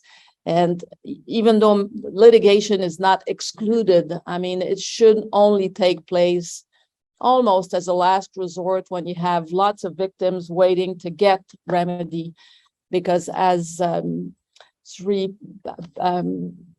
said it before, I'm sorry, right now I can't say your name. I'm just, I'm sorry. We have been trying to really meet the challenge of facing the fact that delayed justice is denied justice. So if you wait 20 years, like it often is the case in the US, to get to a judgment, I mean, you're not giving justice to anyone. So alternative dispute resolution methods and modes are much more applicable to this kind of conflict. And we're just going into more and more and more conflict. I mean, if you think about the war right now and all the challenges that the environmental issues are posing, mediation is becoming essential to try to put an end to these conflicts, or at least to clean the conflict and leave only maybe a legal issue that can be debated in court, but most of the issues should be decided in a different forum by different actors. So the fact that we have experts, I think, is very important. We're trying to look at how to expand the remedy mechanism and how to be a liaison service in the field of remedy, in the space of remedy, and providing services to facilitate ADR professionals and act as a remedy liaison for communities. We also intend to develop our website. Right now, we only have a very small presence on the American Bar Association Center for Human Rights website. And we plan to have a fund, but this is not, it's not a compensation fund. It's a fund to undertake testing through pilot projects of different mechanisms. So because time is so short, I'm just going to talk briefly about access to remedy, to stakeholder engagement in that space. We've heard a lot all day about stakeholder engagement. And I mean, the essential aspect of stakeholder engagement is that you need to map them at the very beginning and take the time to clearly understand what is the problem and what kind of conflict are you dealing with, and when can you do something to identify the different things that are at stake. Then you need to identify and convene representative of most relevant stakeholders that have been identified. You need to bring them together around the table, and what I discussed before was the safe space, and engage into an active dialogue process to facilitate a rapprochement with relevant actors from the corporate side and maybe also state actors, and make sure that all sides are heard or feel that they've been heard, which is exactly what you said about the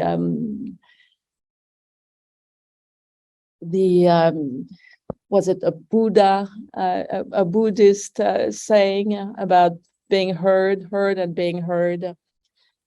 I'm sorry, I feel I've lost a bit my means by waiting and waiting to be given my spot, and feeling that my spot was going away. So I'm a little destabilized right now. You have to be as inclusive as possible. This is essential to make sure that all sides are heard, and to discuss solutions and possible outcome to bring an end to the conflict, and ensure that there is a proper follow-up. You don't solve a conflict one day and then think that you have a solution. It's an ongoing process. The social license to operate may be obtained today, but if you don't follow up on your commitments, you're going to lose it the next day. So it's really a moving target, and it's an ongoing process. And in that sense, mediation can be very useful. Mediation is usually proposed when the conflict is raging, not as a preventive measure, but I do believe it can also be a preventative tool if it's properly set up and if it's agreed upon and can be described as the first step of dialogue facilitation. And when dialogue is facilitated and the parties are engaged, you can start seeing trust being developed. Trust is a key element of success, whether you talk about dialogue facilitation, mediation, or dispute boards.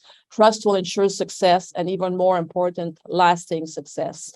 In a formal mediation process, you're bringing parties to talk and accept to look for creative solutions to end their conflict in what we call a win-win process, when both or all sides feel they have won something and were heard in full respect and with dignity. Dispute boards are set up to prevent conflict and have a more permanent function for a given time in a given space or for given issues. The process can be ongoing for years, but you need to meet on a regular basis to anticipate conflict as they develop. And as you get knowledge of the situation, once you're appointed a monitor. You also have the possibility of developing these dispute boards and have to intervene on short notice and step in with much delay. So the essential element in all that, whether it's conflict avoidance or conflict resolution, is that it needs to be collaborative, not adversarial. The primary purpose should be dispute avoidance rather than dispute just resolution. It needs to provide a scope for wider participation by stakeholders. It has to be accessible, not restrictive, particularly financially. You have to make sure that the stakeholders are properly represented. You need neutral facilitators, not necessarily decision makers, to facilitate negotiations, allowing parties to develop realistic options to deal with issues arising on projects and to meet broader commitments. It needs to be seen as providing a platform for the exchange of a wide variety of views and to consider expert opinions. Facilitators have to be seen as credible, unbiased, independent, and neutral. And they must come from a variety of backgrounds, experience, and expertise to be respected and trusted by all parties. Facilitators may train in dispute avoidance and mediation skills. The recent decision in France on 28 February 2023 in the case of Total against Uganda was a very important decision. You had a group of NGOs that took Total to court saying your plan de vigilance is not adequate and we want the judge to issue an injunction to force you to do the right plan or be liable for damages.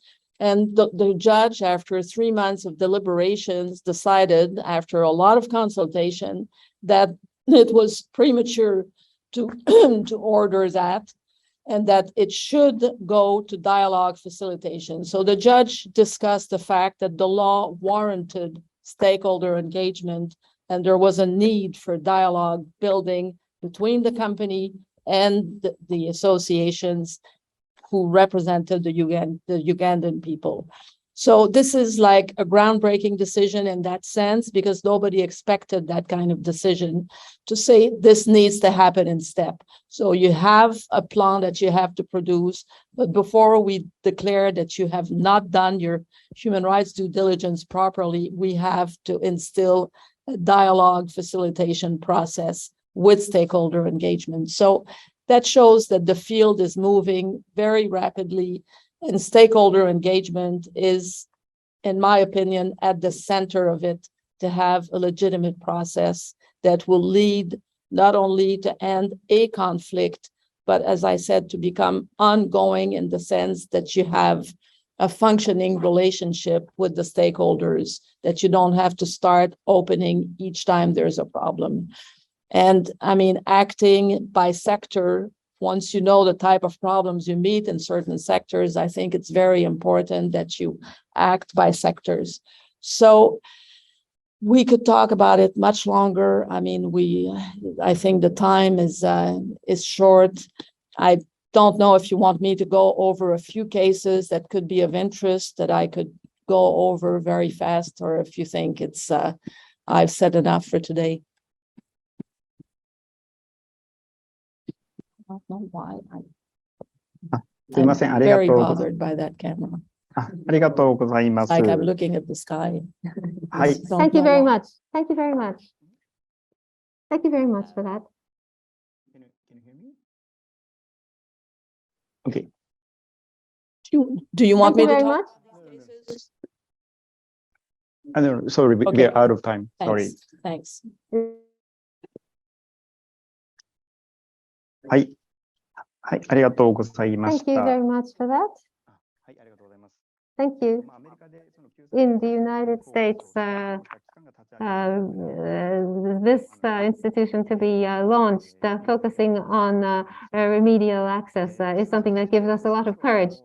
So, second round is something I was thinking about, but we'd like to perhaps skip that. I'm sorry I made you wait so long. Tomita-san, in response to the reports given by the panelists, Japan's grievance mechanism, the future development of Japan's grievance mechanism. Could you address that, please? Time is rather limited, so I will be very brief. The panelists have talked about diverse subjects, and I listened with great interest. In particular, JaCER, before JaCER was launched, JATA, CSR committee discussed a joint platform and what it should be like. And we discussed 1 year Asia's supply chain. How do we address the Asian supply chain was a central issue in this endeavor. And I was able to listen to the approaches taken by different countries, and I believe I have deepened my understanding. What I thought was difficult was the following. The maturity level of different countries differs. So there's a difference in level of maturity between the countries. And that's one point which could be raised. And also, SMT was an example which was raised. Depending on the sector, there are differences. And when it comes to human rights issues, there's diversity in this area as well. So these are points that we need to properly understand.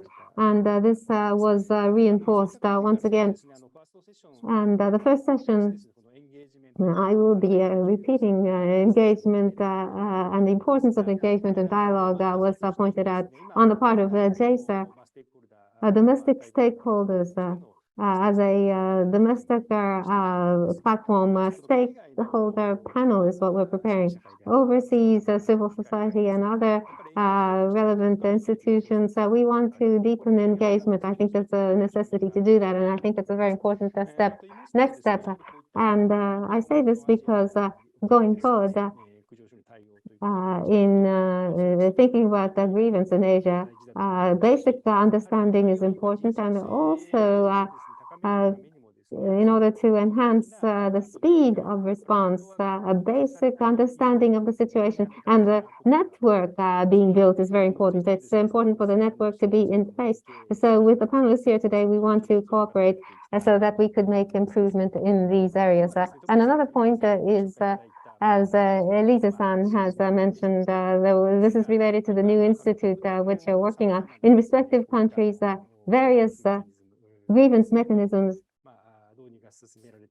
are being introduced and making progress, and different approaches are emerging. There is no perfect mechanism at this point, but the findings should be collected from different countries, and the merits and the demerits should be analyzed so that going forward, we hope that we can leverage this to improve the mechanism at the JaCER, and mutually complementary cooperation, I think, is possible. So with regard to such a direction, we hope that we can examine that and do a research and analysis of the present mechanisms which are being built. I think this is a suggestion for the activity going forward. Thank you very much, Mr. Tomita. We have overrun the time by a very large margin. I'd like to apologize. So at this point, we'd like to conclude the second session. We'd like to have Mr. Itsu Adachi deliver closing remarks. So Mr. Adachi, the floor is yours.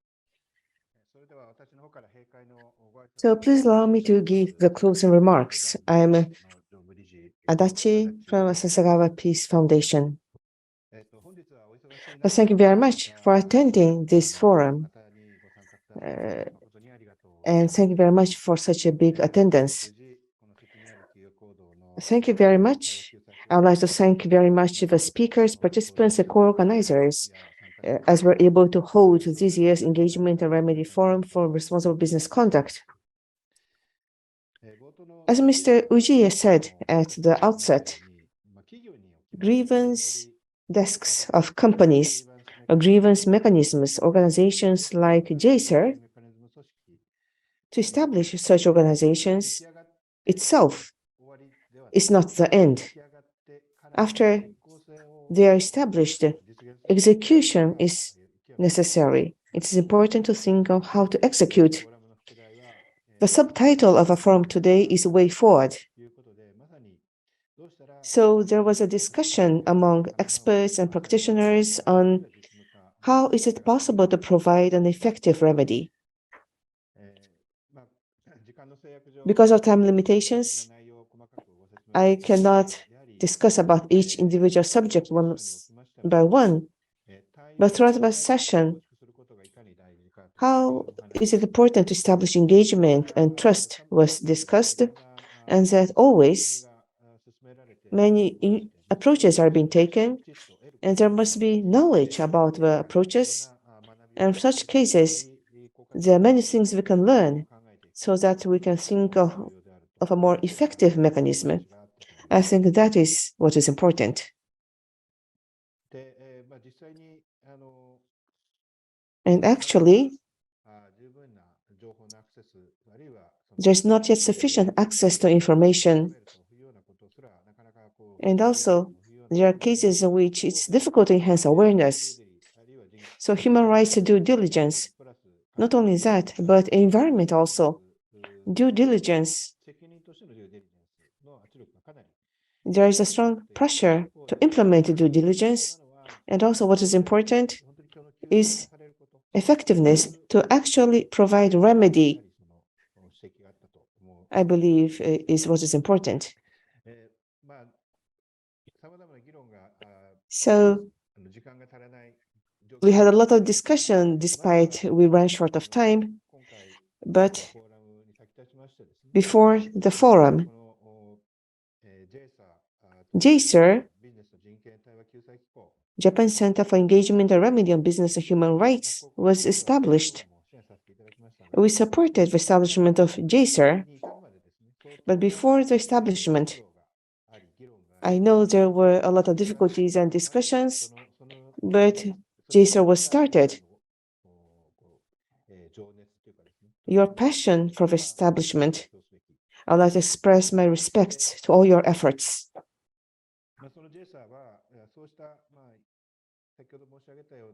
And as was mentioned,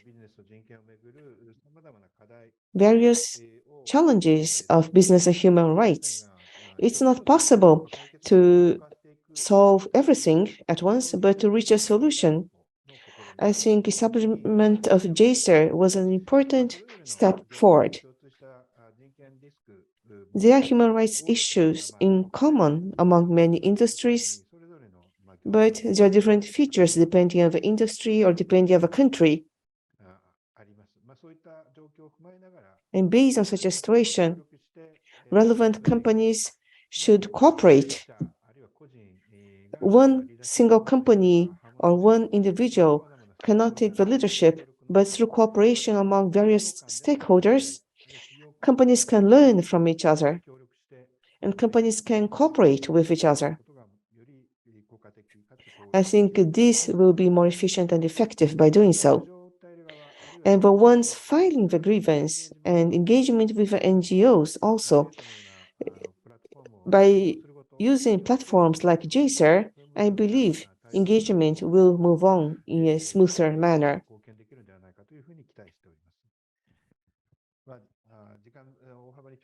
Well, we have exceeded the scheduled time, but thank you very much for staying with us until the end. Going forward, I'm looking forward to the further development of responsible business conduct. With these, I'll conclude my closing remarks. Thank you very much.